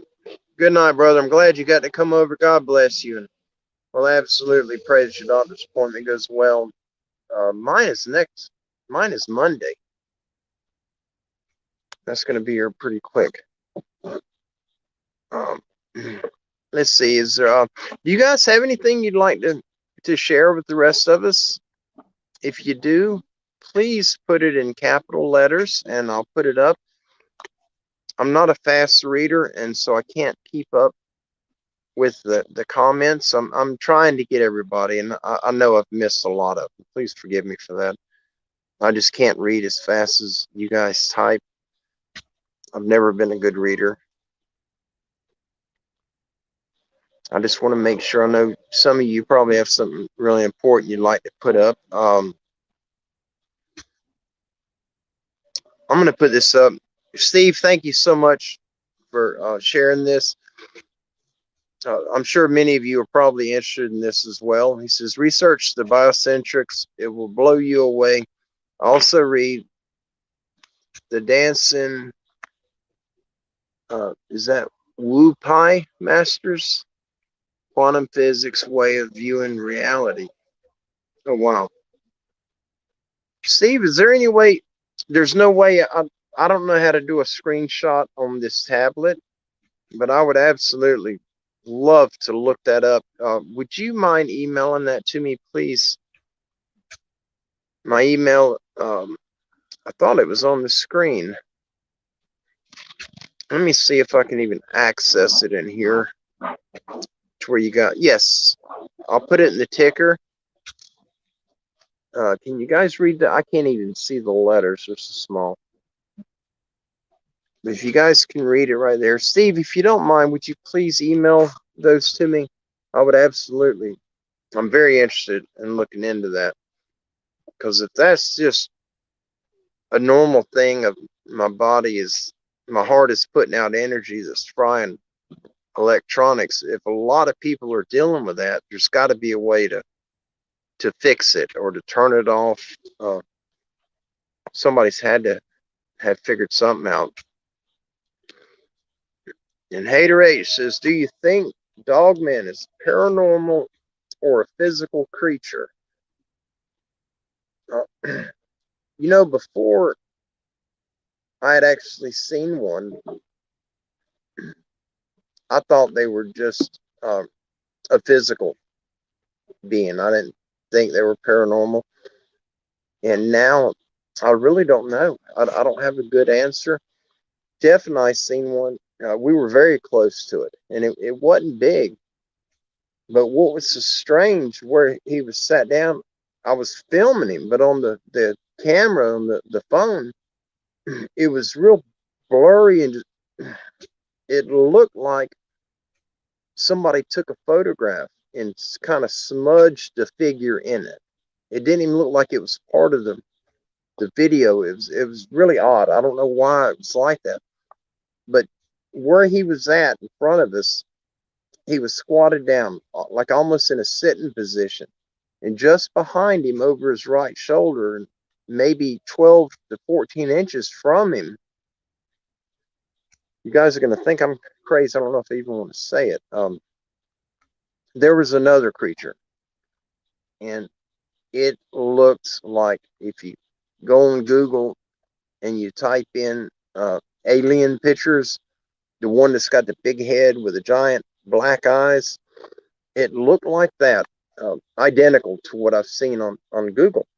But the skin wasn't that green gray color. The skin looks like the leaves around it, like it had a camouflage, like somebody took a photograph of all the leaves right there and made a camouflage covering that fitting skin tight. But he was moving. He would turn his head, and the leaves, the camo that was on him, would also turn as he was moving, looking from Jeff to me. Every time he turned, you could tell it was absolutely, it was not the leaves that were there. It was something else. And after seeing that, I really don't know. I'm very lost on what they are. They go back for just thousands of years on the earth. There's so many reports of them. And that one that we seen was, I didn't have a feeling that he was going to hurt us at all. I didn't have any bad feeling coming from him. He scared the crap out of me, to be honest. But there was no bad feeling. Like I get when them big guys come around, they scare me to the core. But this one, it was almost like he was just some guy sitting there in a coyote costume, was what it seemed to be. But that's the way it felt. But it was definitely something very, very different. And when we backed out, Jeff he's got an armory. When he comes down to visit, if his truck catches fire, they ain't gonna be able to get anywhere near that vehicle for a while till all the ammunition stops going off. He carries an armory with him, and he had one of these automatic rifles with him with a big magazine on it, and he had that thing up, and he had it up like this, aiming at that thing. And I told him, I said, I want to get back down by the lake, and he told me, he said, you go, I got your back. And so I went down, and then Jeff finally come back down there to me. And as we were walking back toward the truck, it was starting to get dark, and it was getting dark really quick, and whistling started happening uh, beside us in the bush, then in front of us, and it was back and forth. It wasn't a bird. It sounded like people were whistling to one another. It was it was so frightening, but I kept having the feeling that we were being watched, and somebody was like right up on my heels following me. Like if you've ever been in a house that's haunted, at certain parts of the house, it feels like somebody's right behind you walking. You turn around, there's nobody there. It was that feeling. And I told Jeff, um, I believe it's on the video that I posted when we had that event happen. I told Jeff, I said, I feel like we're being watched. And when I turned around at the end of the lake where it curved around, there was a massive, um, I believe it was one of the big guys, one of the Sasquatch. I don't think it was one of the dog man werewolf things, but he was standing there and just staring at us. He had his arms at his side, but he was going back and forth like just watching us, and it was so scary. Jeff thinks he was around 12 foot, and it was hard to judge, but he was big. That was a big fella, and evidently them dogman creatures and the Bigfoot are buddies, I guess. I don't know. And with the big guys, I've seen one. He didn't disappear in front of me, but as he was going across, if I was watching him, and it wasn't very thick, it was there was a little cluster of scrub oaks and just small trees like this, uh, maybe an inch and a half in diameter. And he was on the other side of them, and it was open there. It was like a little green field, and he was in the green field, and he was coming across, running across, and I was watching him, and he stopped, but I couldn't. I seen him where he stopped. I could see the darkness, and I went around, kind of going around to the side. I wanted to see where he was at, because when he stopped, it was like he stopped behind something. And so I kept my eyes on him. I never turned and looked away. I kept my eyes on him, and I was easing between the trees. Well, I got to where I could see the whole area, and he was gone. There was nowhere for him to go. He couldn't, there was nothing to climb. It was just an open area. He would have had to run uh, probably 70 yards or so, a pretty good ways to get into the pine trees on the other side of that field. But he was so close to me, I would have definitely seen him if he would have ran over there. Now, he may have been laying down on the ground. The grass is probably knee high right there, but I don't think so. I believe I would have seen him if he were laying down. He was gone. I don't know where he went. I don't know how. I seen him stop, and then he just wasn't there. I did not see him actually, go from being there and then gone. It wasn't like that. He stopped, and then I could see him, and then I couldn't see him. Nothing moved, no color changes. He just wasn't there. I don't know. I don't have an answer for it. Franklin says, are the mosquitoes out down there? They are starting to come out, Franklin. They're not out bad yet, but they will be very, very soon, especially if we get any more rain. Yeah, Mindy says she thinks there's many different kinds. I do too. I think there's a lot of different kinds of them. Oh, I did not know this, Pappy. I'm going to put this up. Pappy says the natives were wary of the ones that whistle. They were known to be aggressive, hence the reason for never whistling in the woods.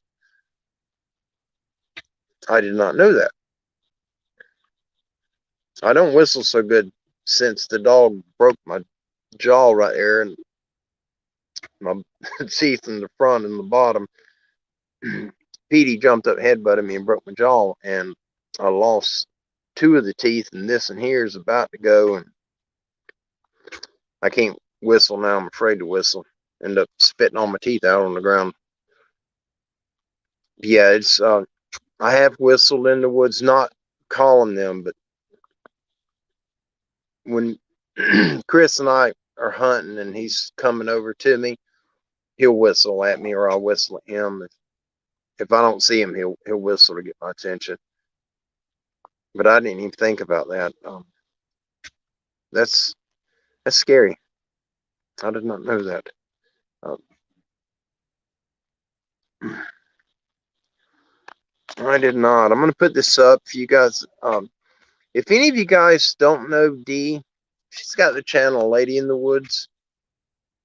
You really need to check her out. She just has some really just down to earth family fireside chat. But Dee's had activity at their last location. She's got them where they're living now. She's got a connection to the big guys, and not in a bad way that they come after her and torment her. It's nothing like that. They're drawn to her. But most people are drawn to her. Dee's a wonderful woman. I absolutely love her to death. They're some of the greatest people you'll ever meet. But I highly recommend, if you have not checked out Dee's channel, A Lady in the Woods, please go over there and check her out and subscribe and join her family over there. When she does her late night shows, good night, baby. When she does her late night shows, I go to bed early, and when she's on, I'll click it on, get it to playing, and I'll go to sleep listening. Uh, I just seen. Oh, I lost it. I'm gonna put what Pappy just put on there. He says the Northwest Native totem poles show the Bigfoot with the mouth that is whistling. I've seen the one that had the big. I've seen several of them that had the Bigfoots on it, but I never really paid attention to them. I'm gonna have to look at that. Right now, a smell just hit me. That stench I was telling you guys about earlier. It's been a long time since I smelled it here, but it literally just now hit me. I'm hoping it's one of the goats. Um, Dundee Woolley, I'm glad you made it. I see you. It's good to see you always. Oh, where'd it go? Hey, Daniel.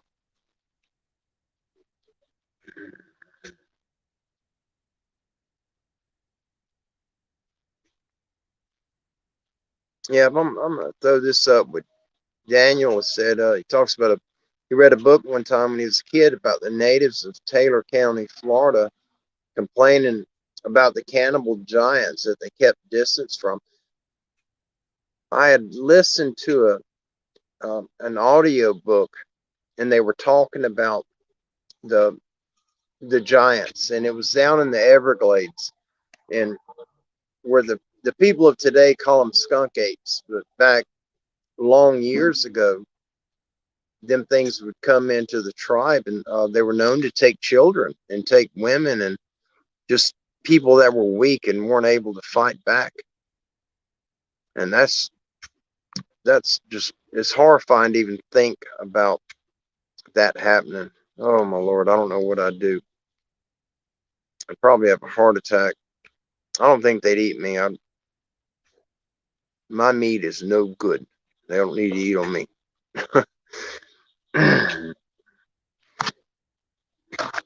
I'm sorry, I just want to look right quick. That smell is really, really strong, and that is not the goats.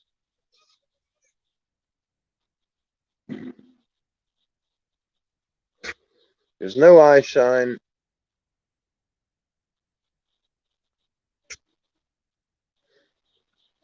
The smell is awful. That smells more rotten than it does anything.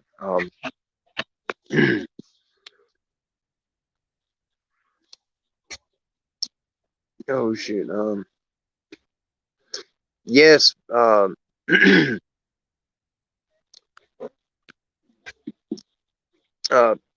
Franklin says, yes, I have lots of swamps near our property. Right here at the house, we have a sinkhole that is 35 or 40 feet from the north fence, and then roughly 100 feet behind the back fence is a lake. Right here, we don't have any swamps. Up at the property, now there is a wet area. It's a little creek called 2 Mile Creek, and it's wet and kind of boggy, but about a mile straight west of there there's another creek, and that is just straight swamp. It is nasty. You go through there on a motorcycle or a four-wheeler, and you will be sandblasted with mosquitoes. In summertime, it is horrible right there. Just a lot of water, a lot of swamp water, a lot of moccasins, but there's no big water. There's no gators in it. Yeah, these here, what Mindy's talking about, I know most of you guys have heard about that. The red-haired giants. They got the double row of teeth, 6 fingers and 6 toes. They had found skeletons, petrified bodies, not skeletons, petrified bodies of red-haired giants that were in, I think it was Ohio. I may be wrong. I'm not sure of the state. Somewhere in that area. And they were in a cave, and some the Native Americans from that area found them. And it was, I want to say 40 years ago, 50 years ago. And they ended up, the museum, that big museum, I can't even think right now. I keep smelling that, and it's got me sidetracked. The museum that all the stuff that, the crazy stuff, like the bones and skulls of the giants get shipped to, then they disappear. The bodies got sent there. I can't remember the name of that place, but that's where the bodies of them giants, and they were red-headed giants with 6 fingers and 6 toes. They were dead, but they were petrified. Who's coughing? You okay, girl?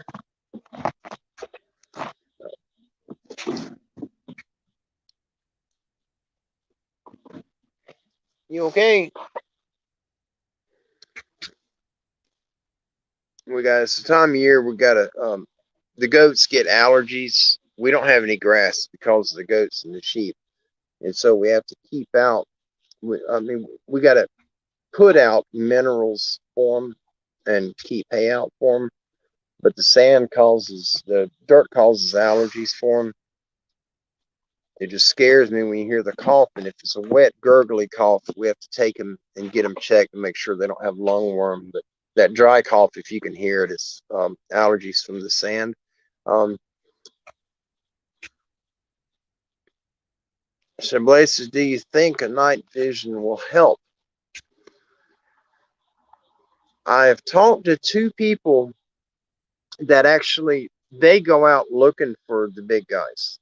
They literally go out at night and they try to find Bigfoot, Sasquatch, whatever you call them. They try to hunt them down in the woods and find them. And they use night vision.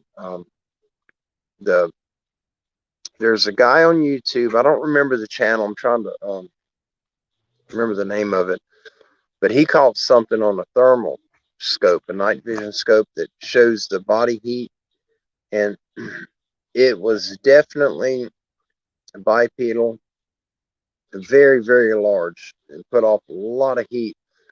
And he's got it where he's kind of like doing this number. He's behind a tree, and he kept leaning out, looking, around the tree at him. And finally, he just stepped out in the open, and he walks away from him, but just a, a normal walk, but he's covering so much ground so fast, and he caught it on one of them thermal night visions. And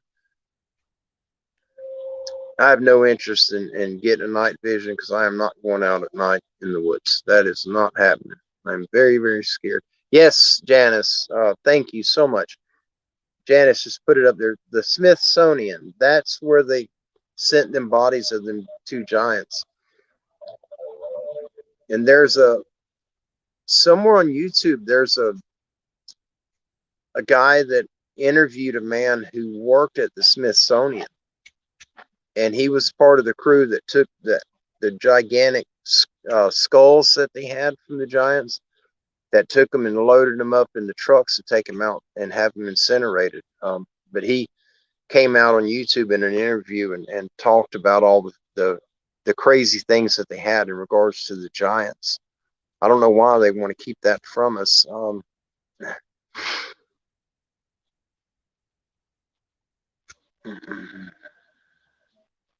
going to throw this up with Pappy's saying, if the ones in your area have pronounced canine teeth, that is what you are dealing with. They are more unpredictable than the others. The ones, Pappy, the ones that I have seen that I could see the mouth, the teeth on them, every one of them had teeth like a person. They were just squared off. They were flat. It looked like the mouth of a very big human. But it's the only difference for a human the same size. The teeth in the Sasquatch that I've seen, they seem to be wider. If a human were to be the same size as them, their teeth would be a little bit bigger or a little wider. They look really strange, but I haven't seen them with the only one we've seen that had the sharp teeth was that werewolf thing, that dogman creature that Jeff and I seen. You could see his teeth. You could see the front ones right there, where they were sticking out just a little bit by the lips, but you could definitely see them. I hope I don't run into one with canines. I don't want to see that. I don't want to see one at all. I mean, you find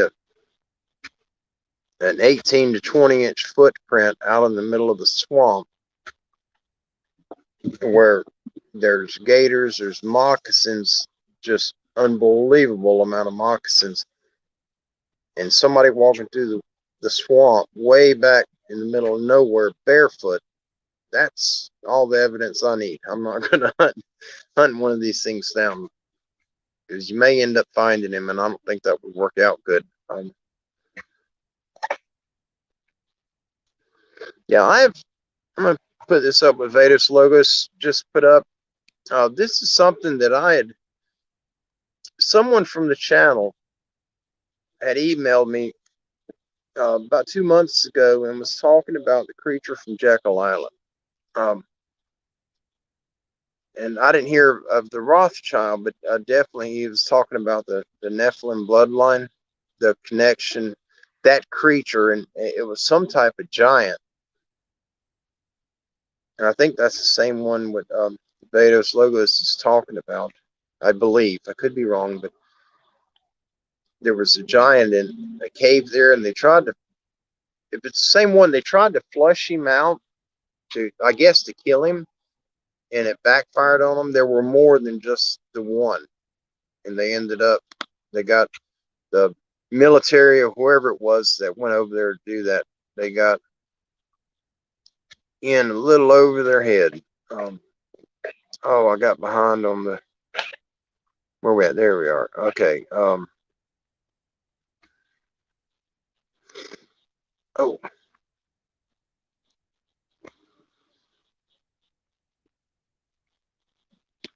Yeah, this is what Daniel's talking about right there. One of his brother-in-law was talking about when he was young. Uh, it was a giant skull in the middle, surrounded by 4 or 5 average size skulls in the middle of a marsh swamp. Um, they found in Louisiana, there were some guys out there hunting that they found a like a mass grave, and there were 4 or 5 bodies in it. But one of the bodies that they found was enormous, 9 or 10 feet, and it had a huge head, and that may be the same one what Daniel's referring to. It was definitely in Louisiana. When I seen that, it reminded me of, that wasn't that long ago. That was only a few years back, maybe 3 or 4 years ago. They found that. It was some guys out hunting. Yes, Gene, the Smithsonian, absolutely. I think them people are, not all of them, but whoever is in charge of what the Smithsonian does, I think there's some crookedness going on in there. Oh, Chewbacca looking dog men. Yeah, absolutely. Oh, don't bite me, buddy. What are you doing? A turkey just bit me. Steve, do those guys down there bury their scar? I don't quite understand, Steve on what you had said.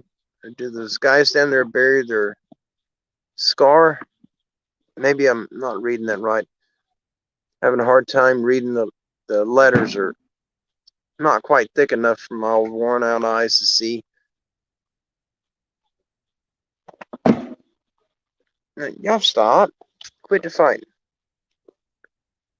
Turkeys are fighting again.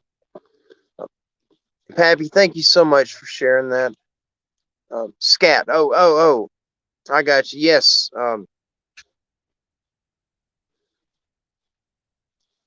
Yeah, I got you, buddy. That was me. Yes, Steve Vaughn said this guys down there bury their scat. That I don't know if that's the case. That where Jeff and I uh, walked up on that werewolf thing, that dogman creature, whatever it was. When we come up on him, before we got to him, we found scat on the ground that looked like a human did it, and it was, I mean, it was that big around and 14 inches long, just huge. But were all them tree limbs in that video? It's the one, Jeff, I don't remember the name of it. Forgive me, I can't remember. But there were tree limbs that were broke off, and they were all laid facing the same direction. And once we got to trying to get around them, we figured out that it appeared that somebody placed those limbs in a way to form a barrier, almost as though, if they were hunting and they wanted to guide the deer or whatever game they were after into a certain area, like for an ambush. That's what it looked like. And there were these enormous uh, piles of feces, but they weren't like, droppings from an animal. These looked like what a human would leave behind, but just really, really big. And I couldn't understand. I couldn't wrap my mind around a pile of feces that large. And I called Jeff over to look at it, and he confirmed it with me. So that's exactly what it is. But it was real big, and there were cleared areas where all the limbs were piled up. There were little areas you could actually sit in and hide like a blind. All the leaves were raked away from it. It was sand, and the leaves were really thick and dry. It's really hard to walk through them without making noise. And it appeared that somebody just wiped all the leaves around down to the bare sand where they could sit or move without making noise. That whole area was really, it was scary. It was really scary being in there. Uh,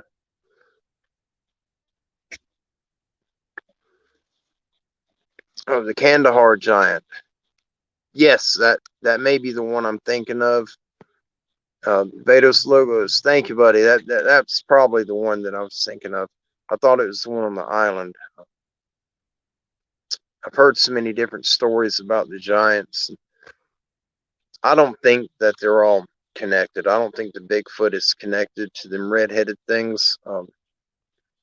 I believe them red-headed giants are part of the. I think those are the real Nephilim. That's just my opinion on them. I don't know for sure. Thank you, Sharon. Yes, please, you guys, if you're part of us and want to support us, hit the thumbs up on the channels. I think I gotta start asking people to do that.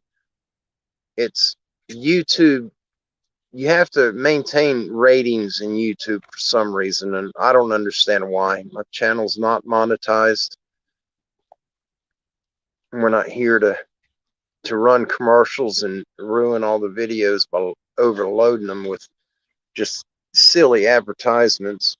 It kind of defeats the whole purpose of doing this. Daniel says it's in Hickory Mound, Taylor County, Florida. Oh, I have not heard about that one, Daniel.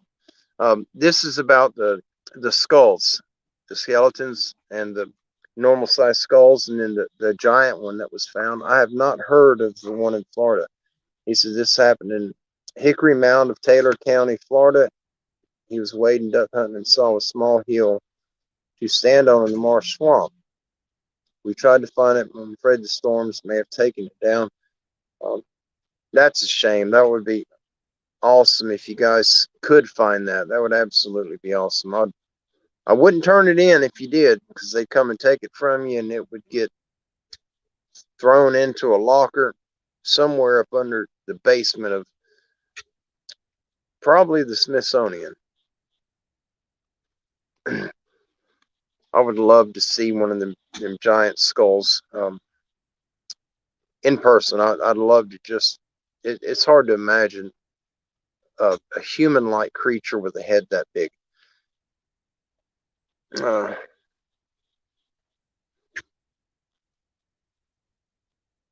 Chablis, I'm not sure which. Let me put this up so you guys know what I'm saying. She says, "Can you talk about Zasky creatures? Is that what you have seen in Florida?" I'm not sure. I know what you're talking about. I'm sure everybody else in the chat here does know, but I do. I don't think I understand what the Zasky creature is. Mark. Oh, Mark Zasky. Okay. You're the ones the ones that they found the hair that was clear. Is that the one? I believe that's the one where he had found the hair that was clear, and if you hold it up, it would. If you hold it up in front of a plant, the hair would sort of project it or emit that color, and it would look like part of the plant. It would take on the same color. I seen the little interview that Mark had done talking about the hairs, and he showed the pictures.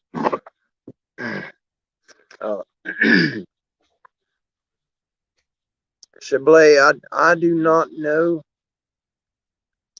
I'll have to look, try to research what those creatures look like, because I don't think I've seen it. I've seen the pictures of the hair that Mark found, the clear stuff, but I didn't see the pictures of the creatures that he found. I'll definitely see if I can't find those. The last time it's been quite a while back. The last time I pulled up Mark Zasky's channel, there wasn't really nothing on it. It was like he removed everything, maybe. That was the only time I ever went to his channel.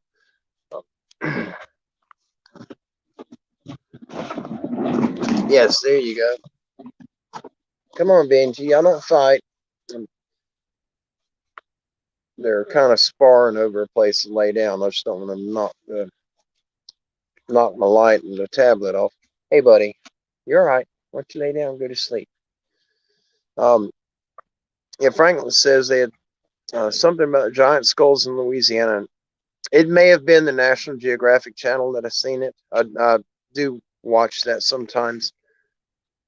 That very well could have been a high probability. That's probably where I saw it. I'm quite sure of that. Um, oh, Mark is on Patreon. Well, that would explain. I tried to set up a Patreon, and from what I understand, when I was trying to set it up, that on a Patreon, for people to come on and join the channel, they have to pay to do it. And I couldn't figure out how to set it up to where people could watch your stuff without having to pay. And so I didn't do it. Um, I set up a channel, I put a name on it and started to, and I could not figure out how to do it and make it to where it was free. Good night, Kevin. It's good to see you, my brother. God bless you. Thank you for jumping over. And for the rest of you guys, I'll put it out. We got a lot more people in here tonight. If you guys don't know, I mentioned it in the beginning of this. Our sister, Mountain Girl Sasquatch, she wanted to help us out. We've taken a lot of pretty hard licks here. This last year, we've been beat down quite hard.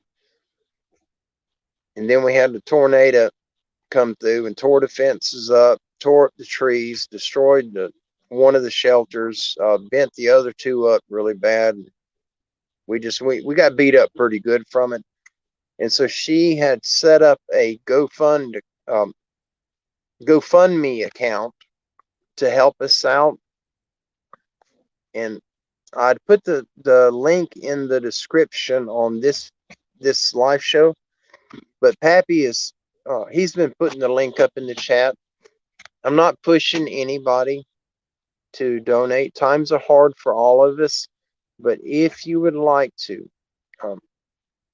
we are absolutely always in seek of prayers. Prayers are far more important than any dollar amount ever will be. But if you guys would like to, yeah, Pappy just put the link up. And those of you that have donated to help us, thank you greatly. God bless you. I cannot say it enough. I wish there were a way that I could word it. And I don't think there's a word in the human language to express how grateful we are for the help that we've received from you guys. And several of you helped us on PayPal and Venmo and the Cash App this weekend. We've had a few vet visits. We had 2 emergency visits, and we blew $1,000 in 3 days' time on vet bills. And we do this on disability money. We are not a nonprofit. We do not ask for donations from the feed stores or anything like that. People stop by every once in a while. People stop by and drop off. They'll donate some feed or salt blocks, or they'll bring a handful of towels by, because we rescue goats, and a lot of them are, when we get them, they're either injured, lightly injured, or they're horribly injured.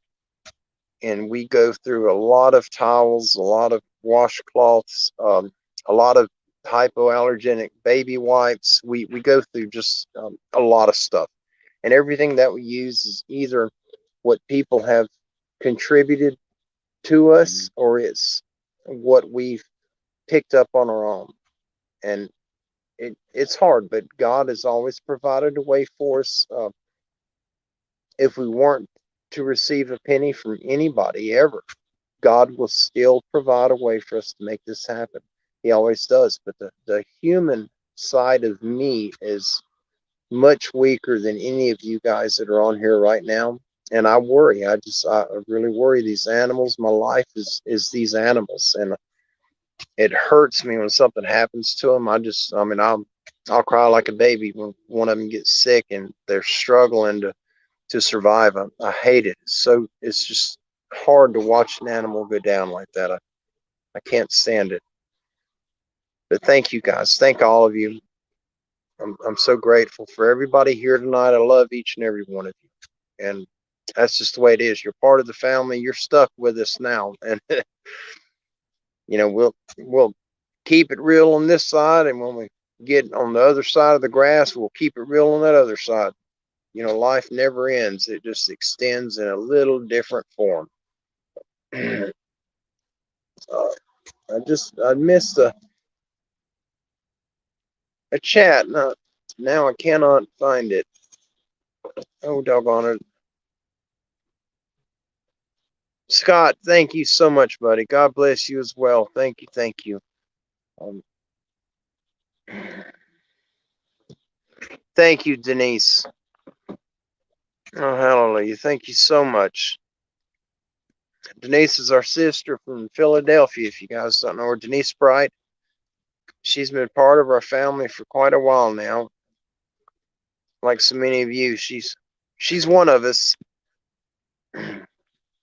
We are definitely stronger as a group. Prayers are extremely powerful when you get as many of us that are here right now. If all of us were to pray for one individual, the world will change colors immediately. There's so much power in that. Oh,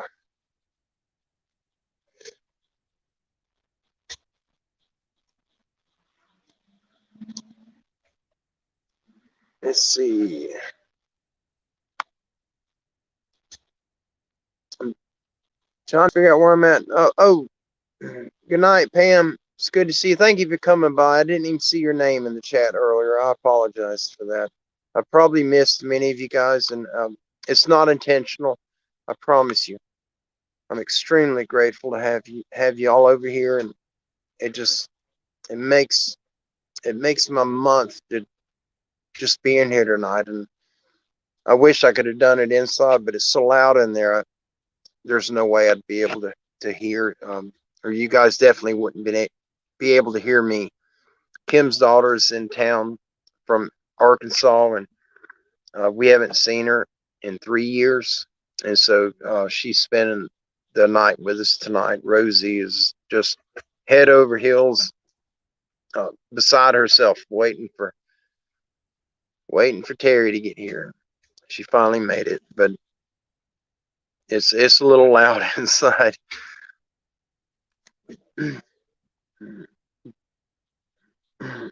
Thank you, John. Yes, we have a wonderful family here on Standing Goats Rescue.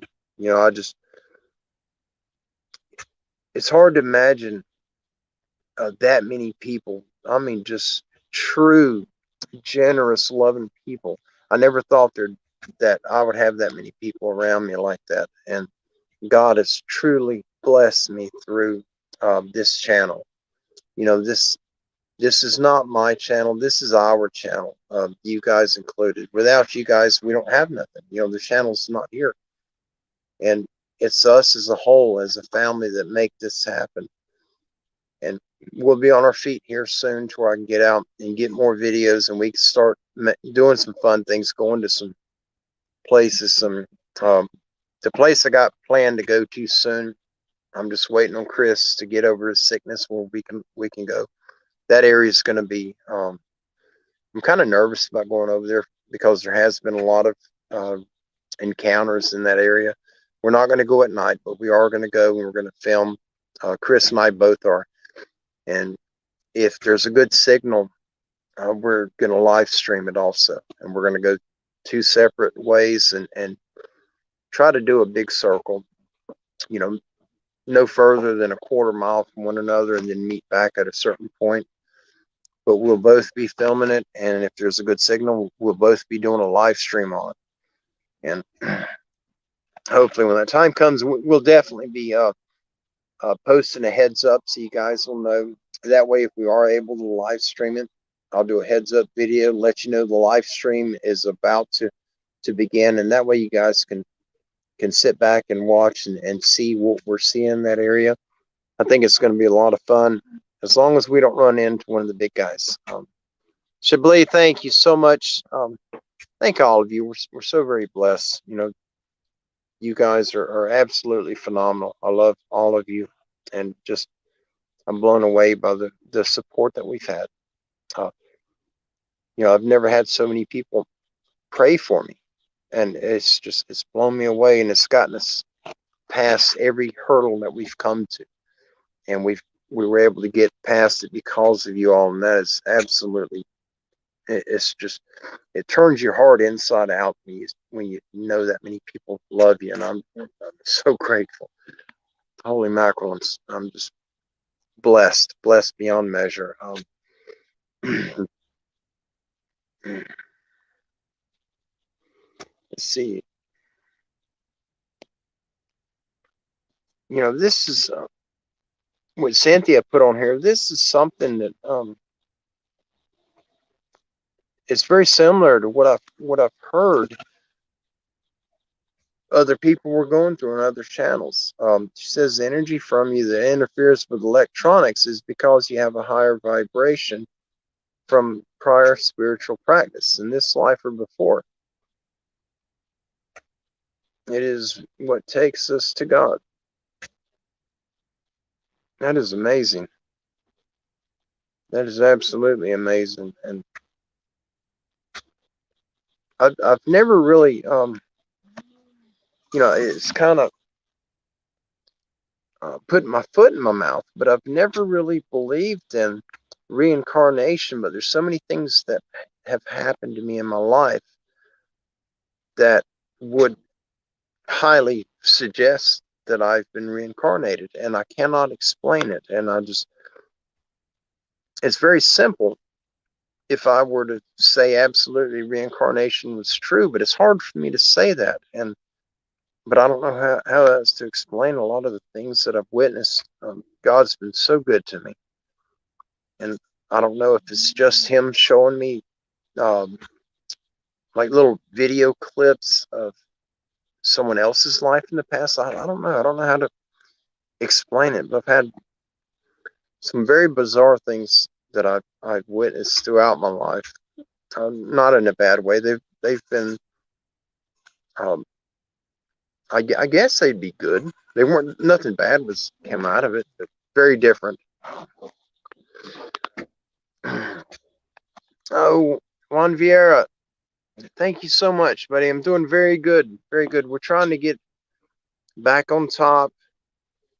We've been hit back to back, and seemed like the world has turned against me for a while, but we're slowly getting back on top. We'll be on top of everything soon, and I'm finally getting to where I am having a little bit of free time.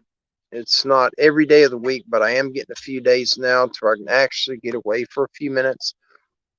Just like the other morning, I got out for a few hours and I went and walked and videoed, and just to get it, I had to get away from home. We have so much going on here, and I got overwhelmed, and I needed a break. And nature is where I relax, and where I just, everything is peaceful. But there's going to be a lot of those days coming up soon. Dundee Woolley, good night, my brother. So good to see you. You have a good evening, and we will absolutely see you soon, buddy. You have a wonderful evening.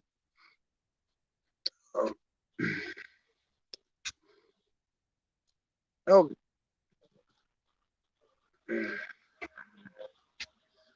Mike, thank you. Thank you so much. Mike Stone 75. Brother Mike, thank you, thank you, thank you. Yes, Franklin, I will not be going over to that area by myself. Chris is going to be going with me. And that area is,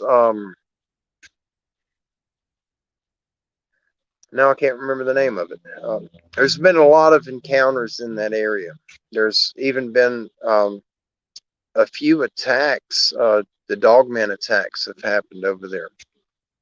None recently, but there were. I think it was 2012, if I'm remembering correctly. There was a family that was attacked. They were not. Their lives weren't taken, but it was that they did have one come out and get after them. And now I can't remember the name of the place. It is a state park.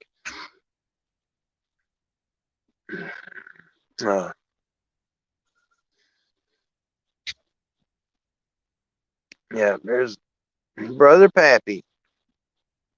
This is the man right there. He says, yes, the pathway to Creator is a spiritual, energetic pathway, and it is your tether to the Great One. You unravel and follow it as you go through life and gain experience. Amen, brother. Amen. I love that. Pappy, you need to get you a book going, brother, and you are far wiser than what you know. Um, and I just putting these sayings together like this, it gives a lot of us guidance. It would be so awesome if you were to write a book and put your words like that, your phrases in it. I would absolutely buy it. I love you, brother Pappy. I always will.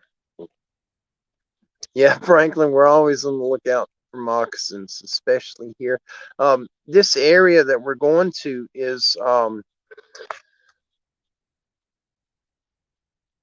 it's right at the edge of my mind, and I can't remember it.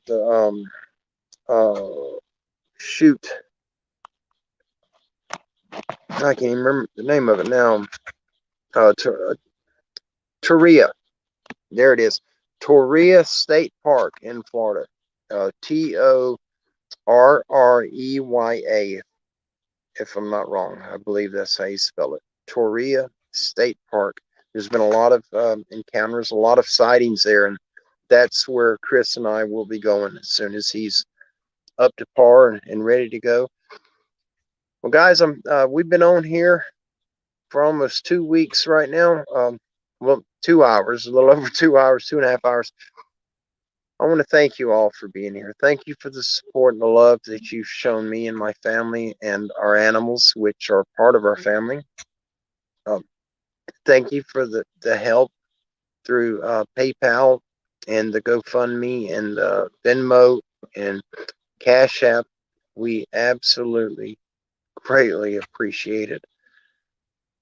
I wish there were a way that I could show the gratitude that I have for you guys and the love that I have for you.